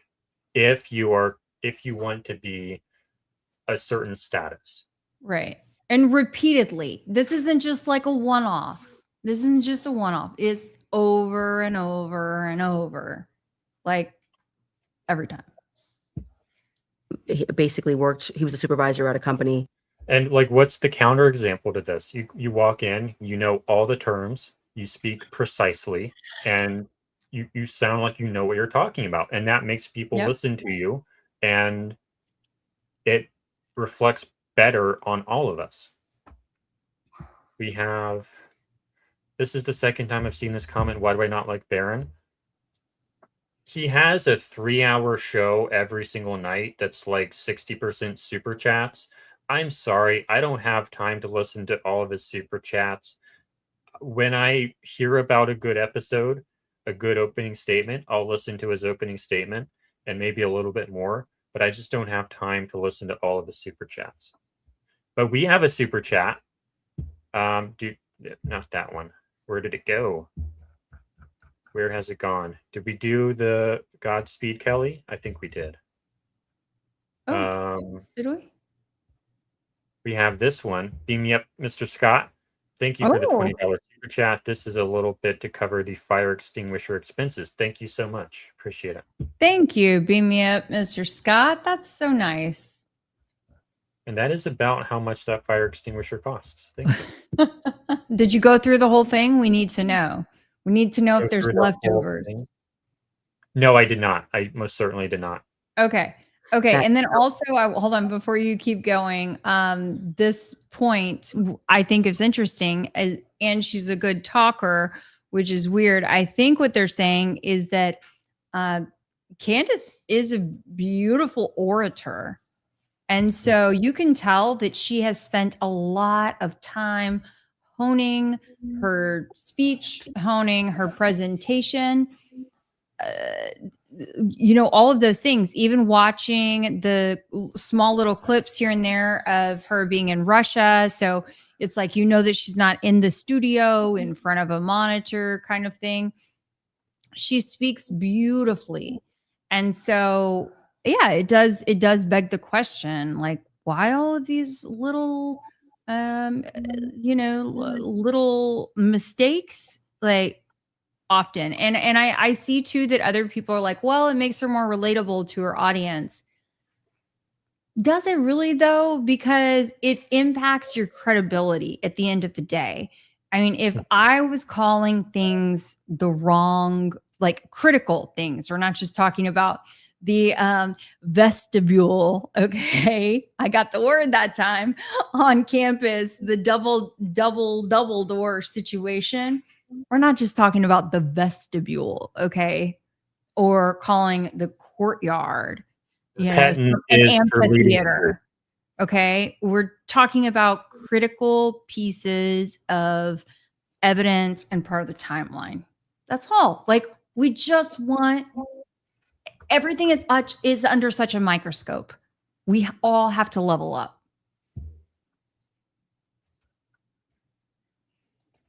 Yeah. And what I'll add to that is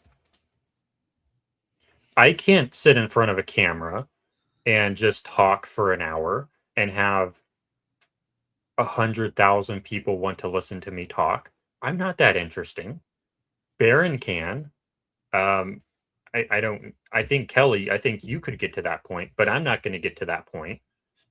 It takes a very skilled orator to do what Candace does. So, yeah. Patent explosives because they perforated the wells for oil and gas companies, which requires the patent explosive. So she does know how to pronounce it. Yeah, this is now like 20 minutes, or I don't know exactly, but 15 minutes or something into talking about patent. Oh, is it? Okay. Yeah. But why do we not believe exploding microphone theory? I think we're aligned on this now. It's because you say, or John says, when you have, Shawn corrected her. Mm-hmm. Yep. Okay. 90% efficient is what the shape charge is. Okay, where does the 10% go? It goes into the shirt, but the shirt doesn't explode. You have no line of sight to the wound. It's not, the origin of shirt deformation is down here. This doesn't, it's a foot away from where it needs to be. Yep. And you see the shirt yank up like this, not like this. It doesn't have line of sight. It doesn't burn the shirt at all. It doesn't explain a single observable. What we have to do when we do science on this case is we look at the observables and then we propose a hypothesis explanation for those observables. And then we have to demonstrate that our hypothesis explanation can actually cause the observables. And at that point, that hypothesis becomes a candidate explanation. And then we have to find out which candidate explanation out of all the demonstrated candidate explanations, which of those is what's actually true. But exploiting microphone theory explains exactly 0 of the observables. We just say, oh, it looks like there's something moving under the shirt. What's under the shirt? The microphone's under the shirt. Therefore, it must be an exploding microphone. But it, like, when you look at the details, it's at the wrong location. It doesn't burn the shirt, doesn't have line of sight to the wound, doesn't explain the necklace behavior. That's why I don't believe exploding microphone theory. I think that's why Keli doesn't believe exploding microphone theory. I'm getting a yes from you. Yeah, of course. No, I mean, I entertained. Look, you guys, I mean, I have talked to John Bray since October. I sort of resurrected his theory back in December. It was right before Christmas. And, you know, some people on X give me a hard time about that to this day because it's not my personal theory. But that's how I hope that you know that I'm sincere in this investigation because I will listen to anybody's theory. And, you know, that he's done a lot of work on that. He hasn't, you know, done the recreation to the extent that Jordan has on, you know, with the squib and fake death theory. But there aren't many theories out there that have really done the level of work that Jordan has. I've done 700 tests. John has done 0 tests. And he gives the explanation of, oh, I can't get a hold of the explosive. So you do it in the computer, like I did. I tested your theory in the computer. I will say he has done one test. I know of one test, even back then, that he had done kind of shooting something into some sort of a meat pack that was small. But that's the last one, you know, that's the last one that I personally remember. Yeah. And like point blank, direct head on with a slingshot. And it's like if you slingshot a battery at a chunk of meat, of course it's going to damage the chunk of meat. But, you know, the microphone is over here. It's not out here. And it doesn't have line of sight. So like he has that one test, but it doesn't demonstrate any of the observables except for, I guess, the wound, but it's doing it from the wrong angle. So. And that's why I like question some of the other creators out there who like Candace. I'm not going to name other names. I'm not going to do that. But there's a lot of other creators out there who have adopted this theory, despite the fact that basically every single point that it makes stands vehemently opposed on technical grounds. I just don't get it. I don't understand why it's so popular, despite the fact that it doesn't explain anything. He died in a mysterious set of circumstances in his backyard where he was burning stuff in a barrel and something exploded and ironically hit his neck and he died instantly. And his friends didn't believe the circumstances surrounding his death. I had heard rumors of an illegal explosives ring, sort of people getting pet in illegally. And Corey was this guy's friend since high school. There's a lot of questions about, you know, shortly after Corey died, Israel did their beeper patent explosive attack within like 2 months. It was very quickly. That's weird. All of the stuff could be considered conspiracy, but I think what adds weight to conspiracies are a lack of answers. When there's a lack of answers, conspiracies become weighted. And the investigation into his own assassination attempt. That doesn't make sense. Trump can't make that make sense. Okay. I think we did that justice for now. Yeah, I think so too. I will just kind of tease, I guess, a little bit to folks because now I'm having to like log into my X account this first time on this computer, and which thank you, Jordan. Thank you, Jordan. Jordan has helped be more productive now. Upgrade me. But I will just kind of tease that I will post something a little bit later because, yeah, I think it's fully relevant that Corey Compatore, is that how you say his last name? That his wife had actually not been able to get his cell phone back for a long period of time. And shout out to one of my ex-followers who I will tag in the post once I do post it. But I think it is very revealing and very interesting to compare that to Erica being able to get Charlie's phone back, immediately. That's great. I didn't know about that. Yep. I know. That's why I'm about to break some news. Exclusive on Try and Prove It. That's it. Okay. So the next section here that we have, if you're watching on desktop mode, you can see that we have this lovely graphic to the left that shows you what part of the show we're on. And we're moving on to the next part of the show, where I'm going to discuss some of the principles that underlie what we've been talking about tonight. And it's still there. Perfect. It didn't delete it. So when we didn't want the show tonight, and I think Kelly's talked about this, we didn't want the show tonight to be like whining and complaining about Candace and some of our gripes against her. We want it to be constructive. And so what I did was I looked for last night, we did our show prep, and I thought about, okay, we have this gripe about Candace, we have that gripe about Candace. What's a way of packaging our concerns in a constructive manner? And how can we convert these into principles that can be more positive and productive? So the first principle that I'd like to share is that specificity in terms builds professional trust. We've already kind of talked about that, so I'm not going to harp on that too much. Basically, like I said, with Freon, and like Kelly said, with 30-6 and with FOIA and a lot of these other terms. Yeah, thank you. Thank you for the reminder, FOIA. Oh my gosh, that was like nails on the chalkboard when she gave that example. Sorry, I don't think we had a chance to pull that one up. I'm so glad you reminded me of that, Jordan. FOIA.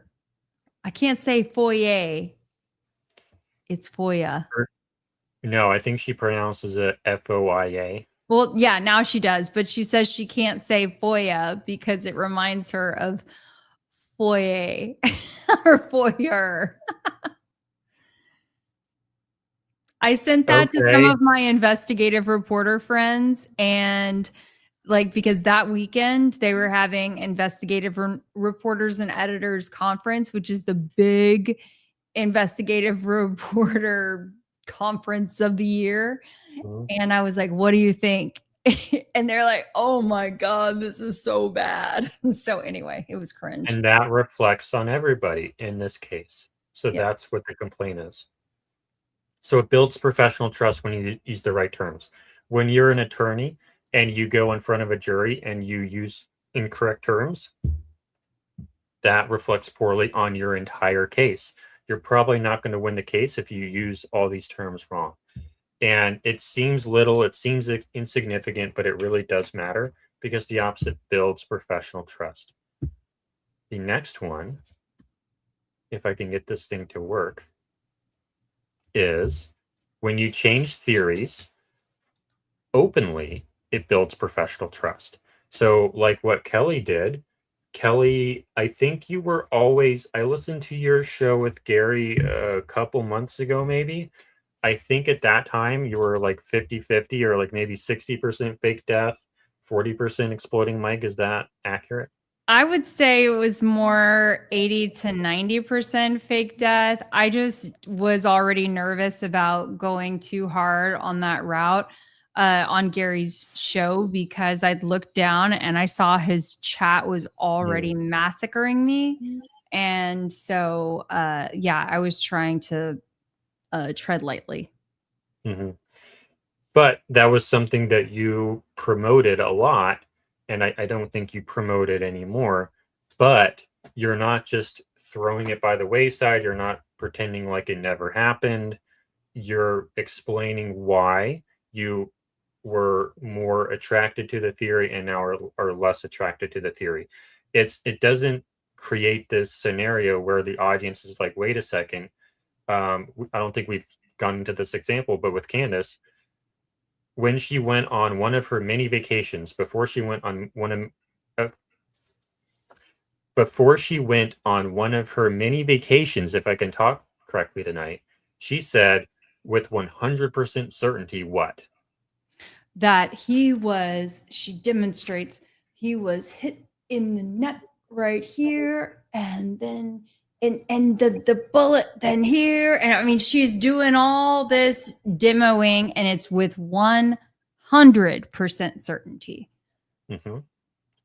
And this is not about us being haters, you guys. I see that kind of rolling through in the chat.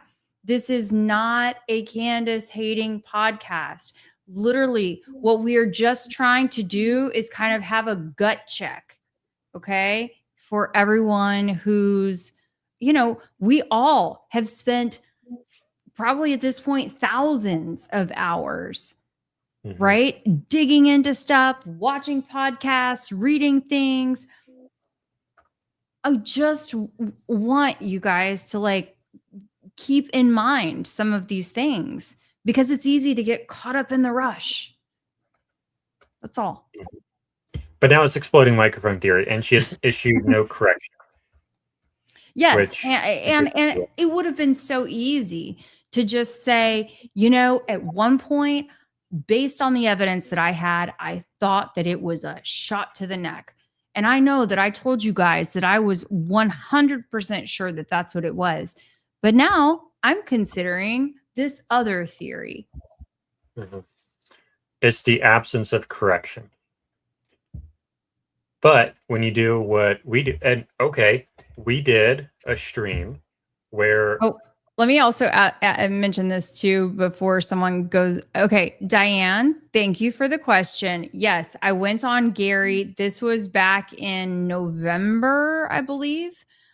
Absolutely did not take the check. I appreciate you being here, but if you look through my history, all of the things that I have talked about, it would be crystal clear that I have not taken any sort of check. And I just got home from UVU, and there's still more on that trip to come.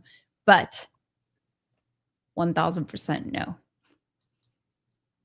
So we did this stream where I didn't necessarily make a correction, but I said, okay, first I thought it was a CO2 pendant gun, and then I found a better way to get the results that I wanted, which was with an elastic band. So we did this stream where we talked about, hey, I found a better solution to my problem of how do I reproduce the observables.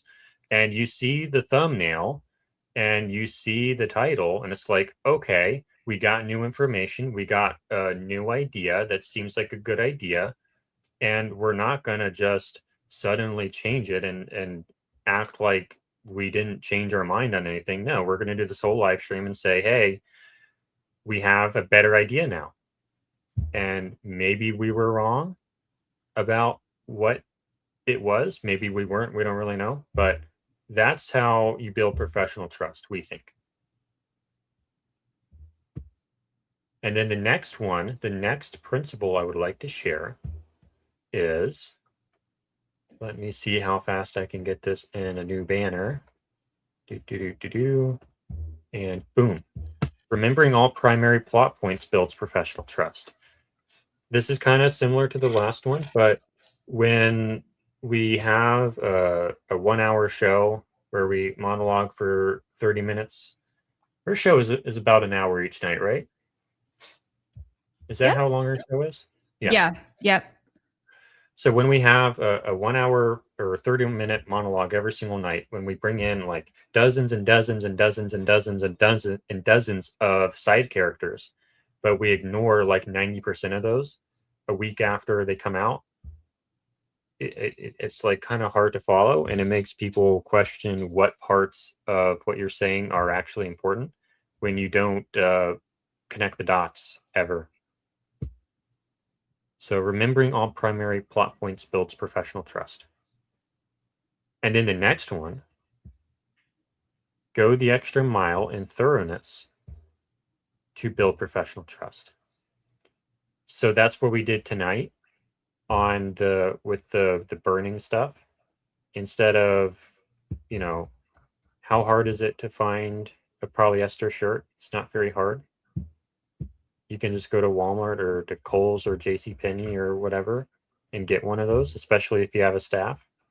And, you know, that's another thing that builds professional trust, is going the extra mile to get some gauze pads, get a polyester shirt, and actually film it to show people the better representation of what it looks like.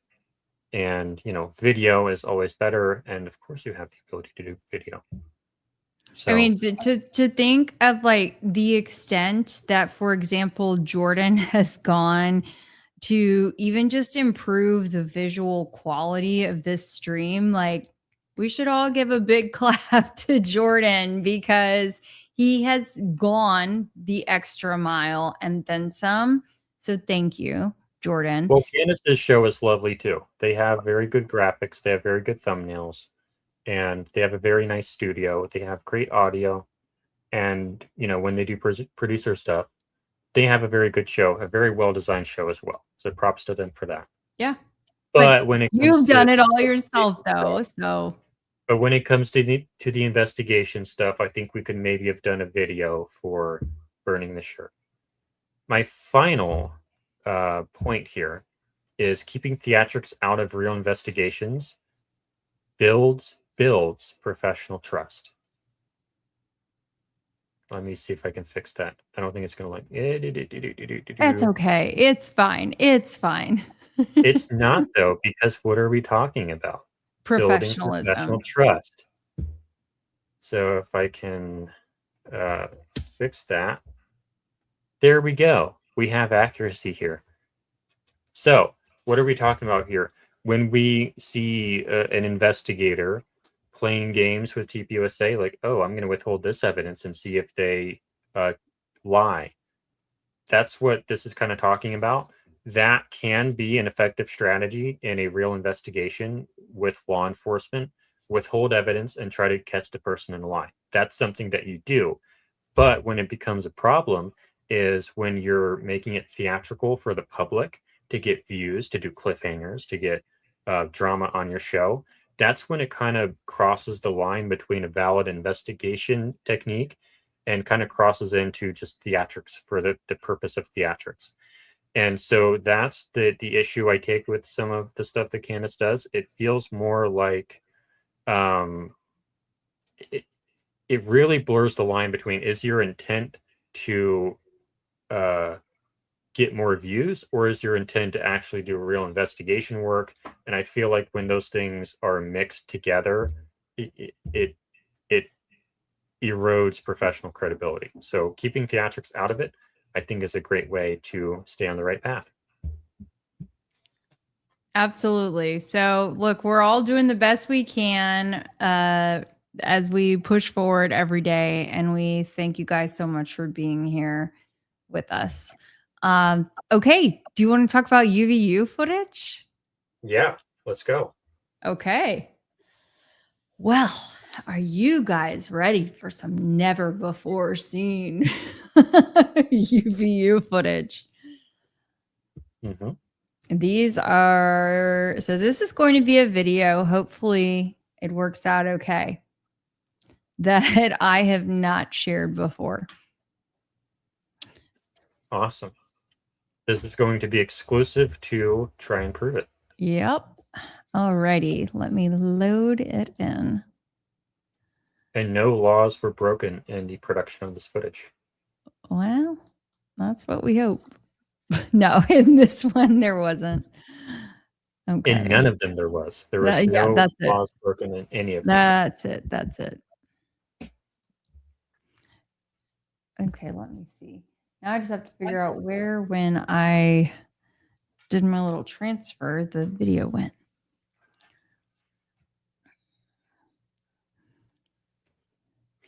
Oh, Jordan, I see someone in the stream is asking, explain your theory for us one more time, please. While I'm pulling this up, would you like to expound on that? Let me see if I can pull that up so I know who I'm talking to. Lisa, yes, ma'am. Or I don't know how old you are. I called your kid sir last night anyway, so I'll call anyone ma'am or sir. An 8-year-old. Okay, so my theory, and it's relatively well aligned with Kelly's theory, is Charlie Kirk faked his death. And the reason why, from the technical end, is we see Charlie Kirk's shirt yank up to his ear like this. And it's like, okay, why does his shirt yank up to his ear when he's allegedly shot? There's a lot of explanations, the chief of which is probably cavitation. So his neck expands and that kind of acts like a hammer on the back of the necklace, which yanks the pendant up. And then the pendant yanks the shirt up as well to his neck, to his ear. And that's why that happens. I don't think that's what actually happened, though, because the back of the necklace remains undisturbed on the back of the neck, and that is inconsistent with cavitation. And when you also line up high-speed footage of cavitation with the footage from UVU and like time synchronize it so that it's time synchronous, it doesn't line up. Cavitation is way too fast. The stuff that people are calling cavitation, the deformation in the neck, is way too slow to be cavitation. We shouldn't be seeing the deformation on frame 1, 2, and 3. We really shouldn't be seeing any deformation at all, actually. Maybe on the first frame, but we should not be seeing the deformation on multiple frames. That should all be over and done with within a very small amount of time. So I do not believe it is cavitation that is responsible for the shirt yanking up to here. So what is it then? We have a lot of contextual evidence that Charlie Kirk faked his death and that everyone was in on it, and that it's easier to do this. Like, we have a lot of evidence of coordination behind the scenes. And I know that at the trial or at the prelim hearing, we don't want to talk about any of the stuff that was happening behind Charlie within TPUSA on the day of the event. But we do, because we didn't come to our conclusion on day one like the feds did. We want to look at the whole picture and not just at what happened on the Losey Center roof and behind the Losey Center. We want to look at everything. And it looks like there's a lot of coordination.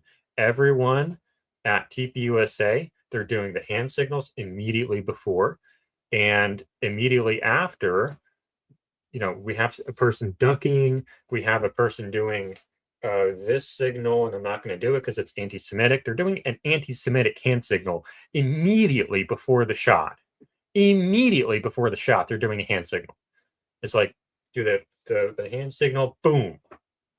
And this person ducks immediately before the shot, and immediately after the shot, phone up to the ear. They're going to try to say that they're covering his ears, but it doesn't look like it. They just walk away at a normal pace, and no one's reaching for their gun. No one's looking for a shooter. No one seems scared. We have people reaching into their pockets to pull this out. We have one person reaching into someone else's pocket. It doesn't seem real, guys. So then you look back at the technical stuff. Why does his shirt yank up to his ear? Well, my theory states that it's a device that's cutting a prosthetic. If you want to do a faked death with a neck wound in skin to make it look real and obviously not fake, you have to have a way of cutting the prosthetic. In film, you cut it before the camera starts rolling, but you can't do that here because it's basically live theater in the round. And you have people very close to Charlie on all sides in perfect lighting. There's no camera that you can control. So you have to develop a completely new technology in order to fake his death in real life. And I think that the side effects are that technology is the shirt yanking up to his ear. I think that's a prosthetic cutter. Its job is to cut the prosthetic so that the blood can come out of the prosthetic. So that's my theory. It appears as though you have the video loaded.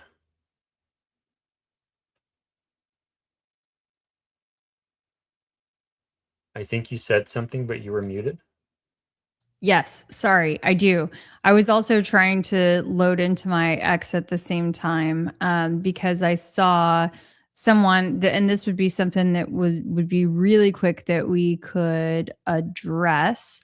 I can't find the chat right now because I'm trying to pull up my post, but asking me about if the TPUSA shills compared to Brandy and Billy last week, you know, what was true, what was real. Do you want that on the screen now? Yeah. Let's see here. It is live now. Okay, cool. Okay, and I'm gonna pull this back. Hey guys, Keli Rabon here on the ground in Utah. I have been outside the courthouse all week long for the Tyler Robinson hearing, and now I really understand why they had so many TPUSA aligned podcast posts there inside the courtroom as VIPs. They needed to control the narrative. It is crystal clear to me that even if they lied to you, they would do it at all cost. So today, the judge showed some additional videos from UVU specifically, including a video on the rooftop. So now the Benny Johnsons and the Brandon Tatums and the Jack Posobics, and I'm sure because Donald Trump Jr. was in there earlier this week, he'll be saying this too. They're saying that that you could see in 4K quality Tyler running across the roof and pulling the trigger. Well, Billy and Brandy were in the courthouse, and they say that is simply not true. It was not conclusive video. While there was, for the first time, the opportunity to see a figure, very blurry, approach the edge of the roof, you could not see, according to Billy, the trigger pulled, and you could not see if the face even looked like Tyler. So be aware, be wary, and just know, I think that TPUSA recognizes that they are losing control of the narrative. They are losing the case. And this is maybe a last-ditch effort, or at least a big-ditch effort, to try to sway public opinion and manipulate people. You all know that TPUSA has lied to us countless times. Do not fall for this one, okay? Don't throw in the towel just yet. It was like my little, Hey battle guys, cry. Keli Rabon Sorry. here on the but yeah, I tracked what was going on instantaneously, you guys. So I was there to interview after court had dismissed. First came Brandon Tatum, and then Jack Posobiec came out, nicely timed, probably 20 plus minutes later after Brandon. And after hearing how similar their recounts were, it was like boom, boom, boom, boom, boom, hitting all of the points, the talking points. And so right after Jack was done, I turned to a national news reporter, and I had chatted with her earlier in the week, and she'd actually reached out to me even before the trial. And we had not fully connected to chat. But anyway, I turned to her and I said, I know for sure why. I said, it's crystal clear. It's crystal clear to me why all of these TPUSA podcasters were in the court this week. It just immediately seemed like so obvious. And again, remember, I have a long track record of media experience. I was an investigative reporter for TV stations for 12 years. I know how these folks operate. So I could just see it immediately. I wish that I would have talked to Billy and Brandy before those interviews, because I would have gladly asked both of those guys one-on-one, you know, why are you saying that the video looked like this when others in the courtroom say it was basically the same footage as before, but just zoomed in? Why are you calling it crystal clear HD video that you can make out his face and see him take the shot and all that when others say that you can't? I wish that I would have known that, but here's where we are. And to that point, yes, she is a real investigative reporter. I think this is some of her best work. Just type in Keli Rabon, MEO. This is a really good piece. I think this is a masterpiece. You should check it out. Thank you. Thank you. Thank you. Thank you. Pause. Okay. Thank you. There's a whole host of stories. Laws changed as the result of my stuff. So, you know. Thank you. Tell us about this video. Okay, so right after I filmed that little selfie video, then I was sitting in my rental car. Then I hopped out and started doing this walk. And essentially, I see the hair. How did I get so much volume? I don't know. It was a lot shorter. It was teased. News hair. But anyway, so I was walking. So right after I finished that other video, I decided to do the walk that allegedly Tyler or someone had done, as best as I could kind of figure out on the fly. I was holding so let me forewarn you, I was holding my cell phone and I was holding this little DJI Osmo camera, which I was hoping was going to work, but I realized quickly that it didn't work. So anyway, forgive me for a second at the beginning here while I have a little mishap, but this is the first video that I think this is the first spot that I think Tyler was captured on camera. And interesting thing, we can start rolling it. Yeah, real quick though, we have a $10 or $2 super chat from thank you, Harrison Project. Thank you for the $2 super chat. Love and respect to all investigative journalists working for CK. Thank you, thank you, thank you. We appreciate you being here. So feel free to go ahead and roll it, and I can kind of roll it. Go ahead. I think you should have control. Yep, there we go. So that was my other camera trying to start rolling. But in this house, it was interesting to me that there are actually 3 cameras. And those are the WISE cameras, W-Y-Z-E. There are a couple of cameras on that house.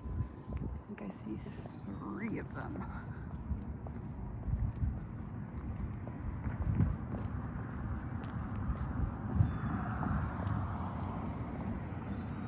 At least.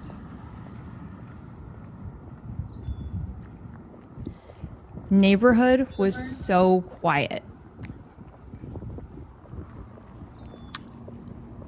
That sign says private driveway, no UVU, something.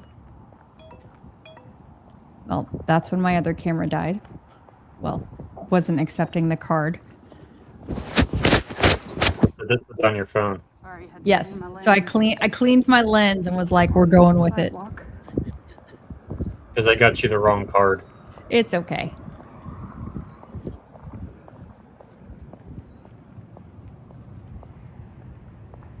I did walk down the street like a weirdo. I'll do anything for you guys, you know?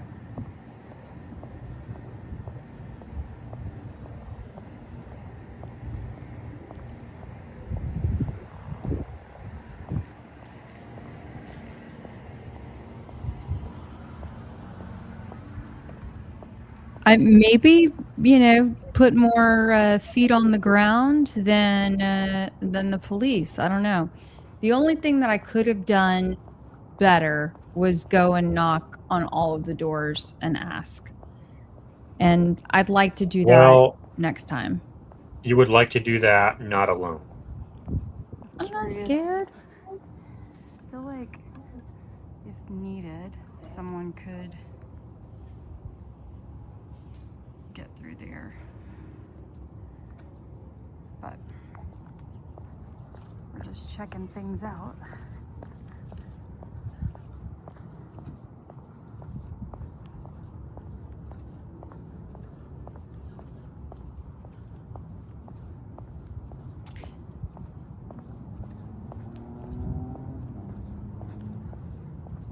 So I'll tell you guys, it's actually not that.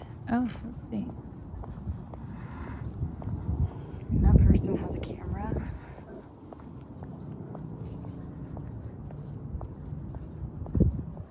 It's not that far. So we're about to get to something interesting. Oh, no wonder I looked so tired. Y'all, I was doing a lot. Definitely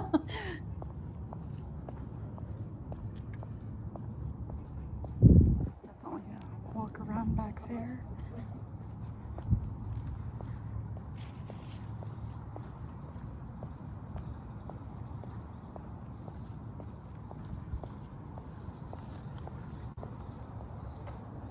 Looks like pretty thick brush back there. Now There's no this is dogs barking. Okay, no This is dogs UVU barking. property. Okay, sorry, I was just talking over myself, but this is interesting. So I don't think anyone else has reported this, but this is UVU property.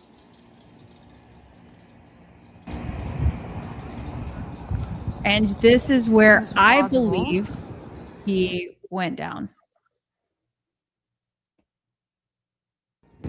Somebody could just take this down.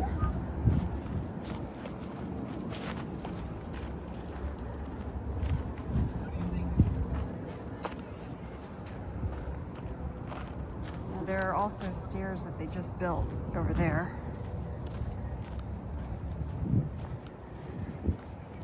Okay, if you could pause that, or sorry, I could pause it, I guess, for just a second. So we're not going to see this in this moment. I might spin around later, but we did show this on Monday night's stream, I believe, that there are brand new stairs that are on this property. They're just, you know, a little bit away from me, but still as part of this same lot. And those stairs, I need to get the exact dates that they were built, but they are new and they may not have been there when, my understanding is that they were not there actually when, you know, on September 10th. And I see someone was asking Wise or Waze. Wise camera, not Waze camera, Wise, I believe. Trying to see if I can find that part. Or maybe I have it. And also, I will see. I noticed that some folks have said, "Wow, this is like a really nice neighborhood, but it also kind of feels a little weird." Yeah, it felt a little. I mean, it was a beautiful neighborhood. Just felt a little like Stepford Wives or something. I didn't see anyone out and about and walking. I only saw 2 kids the entire, you know, time that I was there. And I was sitting in my car for quite some time between posting that video and then trying to cool down a little bit. It was hot. It was almost 100 degrees that day. I think I have the video here. And hopefully it won't lose our spot if I remove it. Okay. Oh no, oh no, oh no. It's okay. Yep, there you go. Thank you. So these are those new stairs. Yep, and you can tell they look brand new.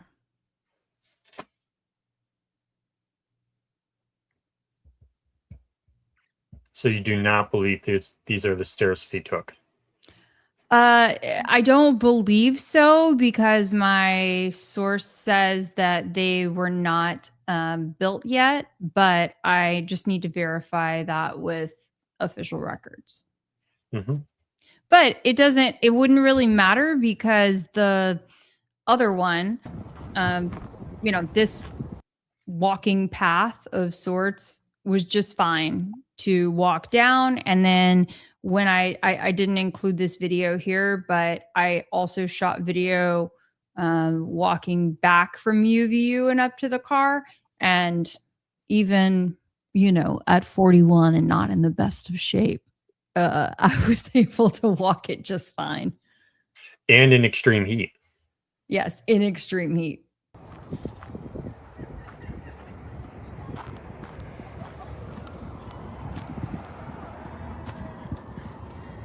Y'all see where we're at?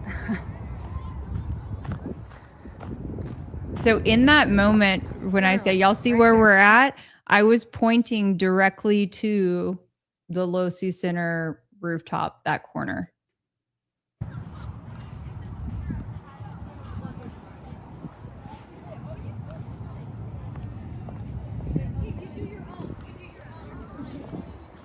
Run across the street.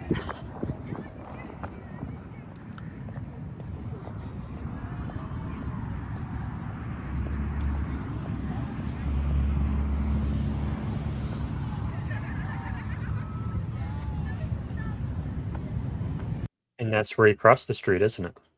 Mm-hmm. Now this is the Losi Center on the right. What I don't know is if he walked over here.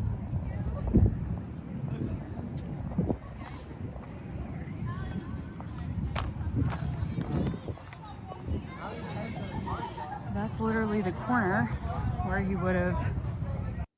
It's so weird that they hang out there so often. Like a lot of your footage, they were hanging out there. I They mean, weren't when I was there, but nearly every single time that I went to UVU, there was a group of kids at that corner. mm-hmm. But up there is the camera. Let's keep going. And there's 2 of those cameras. Mm-hmm. So some folks would think that the door was unavailable, but nope, not me. I just walk right in. Now, there are some folks who've said that Tyler, well, the person went around the front of the Losi Center. I don't think that that would be necessary. Nope.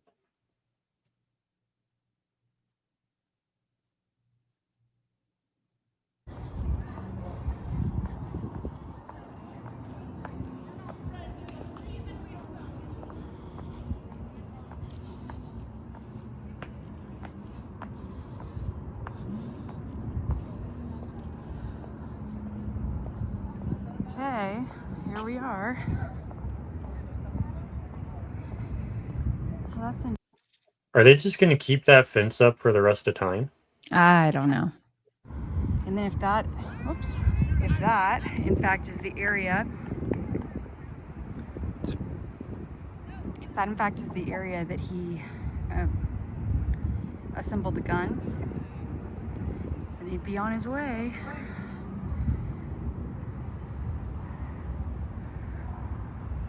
Let's see if it'll focus, sorry.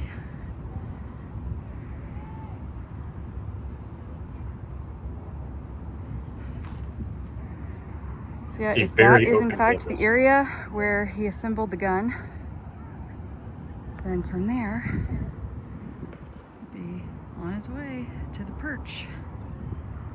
You know what's so weird, Jordan? I didn't notice that. Yeah, next time I need a water boy. I didn't notice. I don't know if you're able to go back a little bit. Sorry. When I was zoomed all the way in, it almost looks like a cross at the top. Oh, that's just a power pole. Okay, but I mean, it's kind of, I don't know, coincidental. I would assume that's a power pole. I don't know. I hadn't noticed that before just now. I think it's a power pole. Just But maybe interesting. not. I don't know. Yeah, that's interesting. I'll have to look at that later.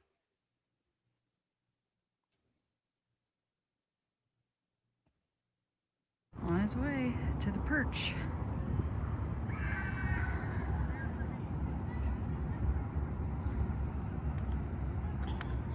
And then from here, I just don't understand why you would go and run off that side versus making a run for it back here, so that way you know that you're safe, and then maybe jetting off that way. I understand that you may not want to go back through the building to get back to the neighborhood, but it feels like there are maybe some other places you could go to hide.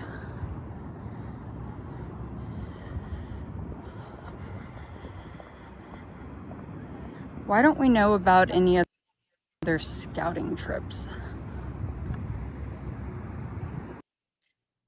Yeah. Yeah. So I have spoken to several folks there, and they all wonder the same thing. They feel that the likelihood of someone being able to assess this campus without having, at least one scouting trip is highly unlikely. And I can tell you that, just from, and I have a very good sense of direction. And I mean, I navigated, I think, very well. I found all of these little nooks and crannies by myself, and there are more that I'll show you guys later on. But, I had a good amount of time. I wasn't on a crunch. So. Yeah, and I will share my perspective very briefly. We've discussed it on the channel before. And in my opinion, he could have probably done all of the prep work in Google Earth with 3D buildings. And I would have jumped off the roof as well if I were doing that mission. But we've discussed that in the past, and we can agree to disagree. And that's okay. So. Yep. Yeah. I mean, mine is coming from multiple people on the ground in addition to walking it myself. So, yeah, we just agree to disagree on that one. Or agree to disagree. All right. So. I think that's what I said. I don't know. I think you said disagree to disagree. Oh, agree to disagree. Mm-hmm. So now we can go, we're going to try to start shutting the show down a little bit and go to some audience chats here. So I think, did you clean these out before the show? I did not, no. Okay, so I think a lot of these are old. So I'm going to clear some of these older ones out. I know we did this one. So I know that one's old. Okay, I think this one's new. Candace's shows where evidence goes to die. That really I don't know if I agree with that, Ruby. Because, I mean, exploding microphone theory went there to get a whole new life. I don't know what exactly they mean by that. So, okay. I guess you don't have thoughts on that. Snake Baby says. Sorry, no, I was just typing back. Okay. Did you have thoughts on that? Candace's shows were evident. Yeah, of course I do. I think that, and I've noticed that theme several times in the chat from folks. I think what they're saying is there are things that get brought up there, and they may be valid, or they may just be acknowledged so they get seen on the national stage. Maybe they send people down some rabbit holes, but oftentimes they don't come to fruition. Mm-hmm. And that's what we were talking about earlier with the completely forgotten about side plots. Snake Baby says, Kelly, I've been trying to put everyone onto the Cassidy Campbell angle for months now. Do you know what that refers to? I don't. So Snake Baby, you're going to have to refresh my memory or let me know. I'm sorry. I'm normally pretty sharp on all the things, but I cannot remember what that one is.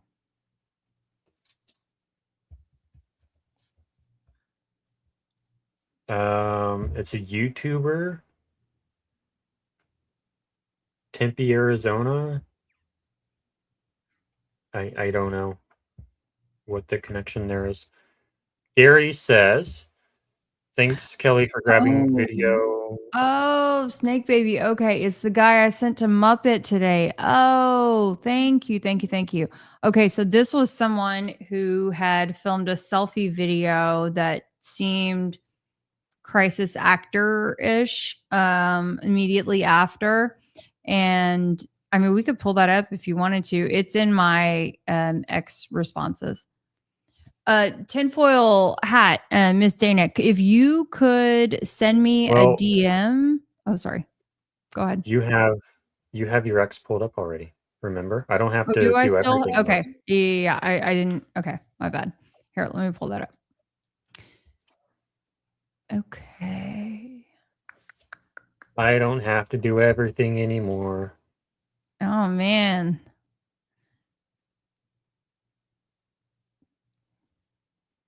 Are you stoked about that? Here we go. I've ever seen, right? So I'm at the Charlie Kirk event, which is here at Utah Valley University. And as soon as the event gets started, and he was maybe on like the first, second person or whatever. And what I thought I heard was fireworks, like firecrackers or something like that. And then everybody just starts freaking out, ducking and running, trying to get down, take cover, get through the doors. Turns out Charlie Kirk got shot.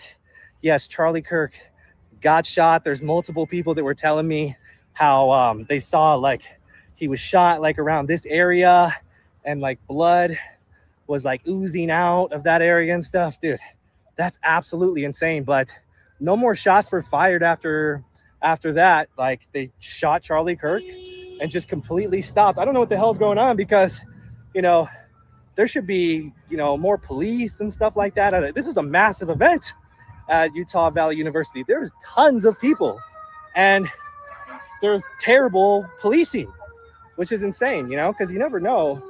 There might be some crazy ass person out there with a gun and look what happened today. So, see, look at this. You hear the police sirens, everything. Dude, that is scary. I've never had anything like that happen. And, you know, let me tell you, man, just because you don't agree with somebody doesn't mean you should try to take their life, man. That's messed up, you know? Like, you know, I'm not even a fan of Charlie Kirk. I disagree with him on a lot of stuff, and I think he's a shill. But, dude, that's so wrong still. Like, why would somebody try to take another person's life just because they disagree? I don't know, dude. At the end of the day, man, just don't take your life for granted. Hopefully he's okay, man. I really, really hope Charlie Kirk is okay, regardless of our differences in opinion, man. I hope he has a fast recovery. I hope he's not, you know, I hope he's still alive. So sad to see, man. Sad to see. Okay, so I can't hear you. Wow. Lots to say. You know, there seem to be some crisis actors on the scene. And as I pulled up that comment, I need to verify, but from Snake Baby, that this guy was from Texas and not Utah. Quite interesting. And that's a very long driver flight. So, what was the reason that came up today? I mean, lots of people doing lots of things. Just crisis actor stuff? I mean, people asking questions about different folks there. Yeah. Okay. Gary says, thank you, Kelly, for grabbing video at UVU of the things I requested. Much appreciated. Perfect. Absolutely. Happy to help. GCL says, oh, she means business. She has the news reporter coat on. We both kind of sort of do. Tracy says, all of these are directed at Kelly. Kelly, did you see the message Candace placed out about the info regarding the exact t-shirt? Yes, we talked about that earlier in the show. We did see that, and I responded to her, but I don't think she saw it. GCL again says, I think she plays, who is she? Probably Candace, plays an important role to spreading information to the community, but seems to have tunnel vision narrowing in. I don't know that I would say she has tunnel vision. I think she has ADHD syndrome, because she talks about this one night, then she talks about that, then she goes down this rabbit hole, then she sees that squirrel, then she sees that squirrel, and before you know it, she's talking about 30 different squirrels in 1 week, and we don't know which one was important. I think you're being generous. I would call it a healthy dose of misdirection and not following through on things. Tracy again says, Jordan, there's one addressed to me. Thank you. Jordan, it was last night when Candace was asking for info about, we just talked about that. Why is this highlighted? Yeah, we talked about that. Well, okay, Jordan. I mean, some of these things were highlighted before we started answering questions. All of them were highlighted before we started answering questions. So, can we real quick? Oh, go ahead. Go ahead. There was a super chat that I wanted to make sure that we got while she was still in the house. From Diane Doyle. Thank you so much. This is very, very kind. Thank you for the super chat. Thanks for being here. Blake Fednar says, Christy, right, I already forgot about it, but I'm glad you reminded me. Why is this highlighted? I don't know why this is highlighted. I have no idea. I didn't highlight it. Well, it was probably an accident. So who do you, Stormy Light says, so who do you believe is more involved? TPUSA staff. Okay, what is this asking? Who do you believe is more involved? TPUSA staff and Erica. Who do you believe is more involved, or TPUSA staff and Erica? That's what it's saying. It's not saying TPUSA staff or Erica. I think it's saying, who do you think is involved, or is it TPUSA staff and Erica? I think there's a missing word, but we don't need to be grammar police. I won't be grammar police. I think that TPUSA staff is involved a lot, and I think Erica is involved a lot because she gains SPIMA. But also, I would say that I'll let you think on that for a second, Jordan, because I know you need it. But also, I think they're all involved. They're all in on it, okay? They're all in on it. Because if Charlie was exiting stage right, they were all going to assist. Yeah, I think Erica was involved because she gets SPIMA, sympathy, power, influence, money, and what's the A? Attention. Thank you. Thank you. I wanted to acknowledge this dingo muffin has been giving me a hard time tonight. Woo-wee. Man, lady, stop guessing at everything. Jordan doesn't need to think for a second. Trust me, I know him well enough to know that on SPIMA, even though it is his acronym, he still needs to think on it, okay? It's one of the many reasons why we adore Jordan. It's because every single time I think that the S stands for SEX. All right, Vindicti says, pretty sure Candace knew Barron since at least 2019 through mutual friend. Gavin McGinnis. Maybe. I don't know what their past is. Do you know? I don't know. No, I think that's just a heads up that, yeah, something to look into.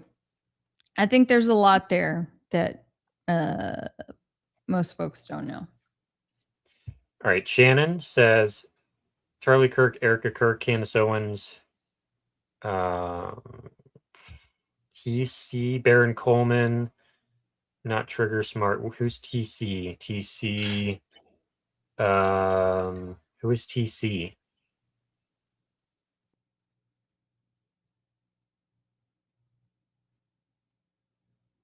Chat, help us out. Who's TC? Tucker Carlson. Thank you. Mm-hmm. Tucker Carlson, Baron Coleman, and others are all ops working for Trump's deep state. They all know he's alive. Wait, they must not have. Yeah. Candace, Tucker. I don't know about Tucker. I think Candace knows he's still alive. After her meeting with Erica, I think she found out. Baron Coleman, I think he might know that he's alive as well. Maybe. I don't know about Tucker, though.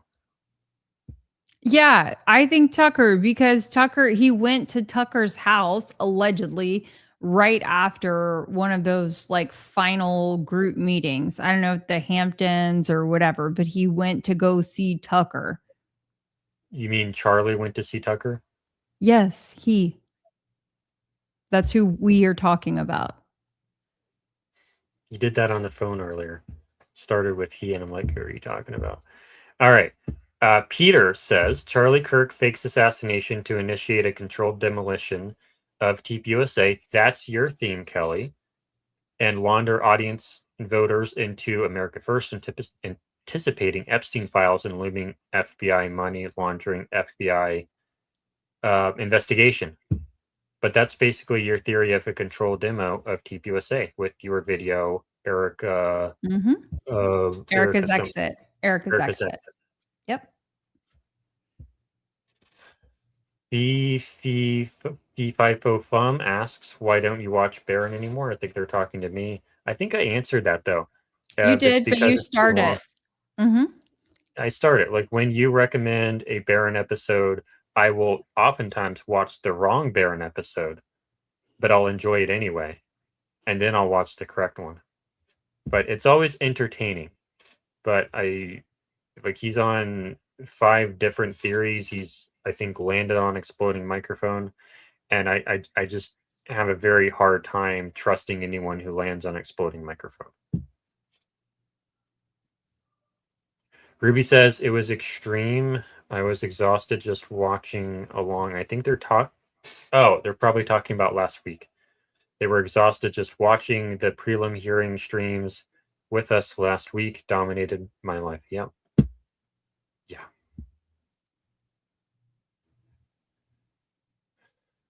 Ruby again says it's more than pronunciation. It's almost like a tell. And I, by God, say Freon. Yeah, I do not. If you are a technician working in the HVACR industry, you should call it charge refrigerant gas. Josh says, and she's a good talker, which is weird. I think they're talking about Candace, which is what we were talking about earlier. Mm-hmm. He also says, Jordan, why when he's standing up, the pack under the belly, but then when he's sitting down, it looks like it's up way higher, or is that the air or something? So there's the belly bulge that I've hypothesized was the blood pack or the blood bladder. And that was kind of on his belly about right here. I don't know that it rides up though. I'm not aware of that. Because I've not really seen the belly bulge when he was sitting down because of the way the shirt kind of falls. Have you noticed that? No, if someone has a particular photo, by all means, feel free to send it our way. I think that's always, the best because we've just all looked at so much footage and so many pictures. But if there's something that you see, by all means, send it our way. We'll take a good look at it. GCL says, I really think you should hear out the EMP theory before categorizing it to John Bray. I think it holds a better argument than the microphone theory. I don't know where the coil is. I don't know where the coil is, so that's why I can't really get behind EMP. There's no room for a coil. And I have no idea why on earth you would use an EMP to take out Charlie Kirk when you have a guy on a roof with a gun, when you could put a guy on a roof with a gun. That's not how you assassinate someone. Do you have any thoughts on that? No, I'm not as read up on the EMP theory, so. Did we talk about this one? I don't think so. I mean, I feel like that's a lengthy convo, but we can dive into it a little bit if you want. KA Pisces? Pisces. constellation. That's my sign. I don't even know what mine is, but they say, hi, new here. Does anyone see any physical similarities between the Butler incident and Tyler Twiggs a year later? Yes, I do. I think it's all political theater. I think it's all false flag. And I think that the fact that none of the victims are interested in investigating it and asking questions about the things that don't add up, that kind of tells you that it's fake. Yeah, I never bought Butler for a day. I had a very strange experience that afternoon, evening when it happened. I had a conversation with someone who is an elected official, and I had said, hey, did you just hear that this happened? And they said, oh, no, I didn't know about it. But I guess that means Republicans, we will be winning, we'll win in November. Mm-hmm. And for me, that was it. I knew instantly. I knew, and this person, I would not have expected them to have that sort of reaction. And I'm just saying, I instantly knew that seemed weird. Mm-hmm. Josh says, Jordan, how can you explain the shrapnel from the road mic in the truck, though it was like the battery that was used to do the blood squib? I don't think there was shrapnel from a road mic in the truck or in the SUV. I don't see any evidence of that. There does look like there's some things kind of flying off Charlie during the event that I'm not sure how to explain, but I'm not convinced that it would be shrapnel from a mic under his shirt, because that's under his shirt and the shirt does not appear to be burned or exploded in any way, shape, or form. So it should be constrained under the shirt, not flying out from the shirt. And I've not seen anything, and I have not seen anything inside the van that is clearly from the microphone. I've seen shards of glass, but there are like a billion other possible sources of that glass, for that glass, apart from the microphone. And I don't think the microphone has enough glass or plastic or whatever inside it to explain all that stuff in the SUV. So I have no evidence in front of me that says that anything in the van or SUV was from the microphone in the first place. Tinfoil hat, Miss Dana, thank you for the $5 super chat. I think it's a she. She says drones were flying around the event. Oh boy, here we go. The N1098 Lima Hades plane is a Pentagon plane. Spy plane flew over UVU. Cullen says it deploys drones. Okay, here's my spiel on that. That aircraft was a trainer aircraft at the time. It was designated to become a Hades plane, but it had not been outfitted at that date. It was still in a phase where it was in a transition, and it was a trainer aircraft. The flight profile that it flew on the day around the Utah lake at the time of the incident at UVU is a missed approach procedure at that airport. You do not deploy Hades drones at 200 feet AGL. You deploy that at altitude so that the enemy doesn't take you out of the sky with an RPG. You don't deploy drones at 200 feet above the ground.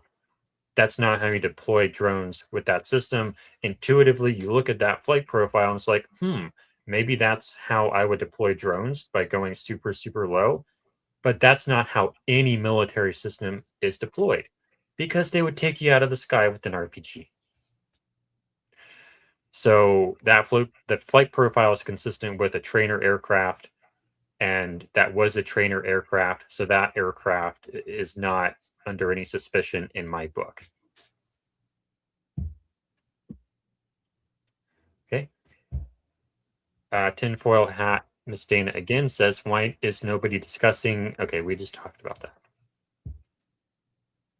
Pure Johnness says a good way to help your friend fake his death would be to control the alternative narrative. Yeah, a lot of people think that a lot of the people in this space are controlled opposition. Kelly, right? Yes, absolutely. It kind of feels like you're playing whack-a-mole when it's like kaboom, kaboom, kaboom, and then like more of them pop up. It's a mess. And there's a lot of drama in this space that I think is just trying to get us distracted. Totally. Get us to all fight with each other. Yep.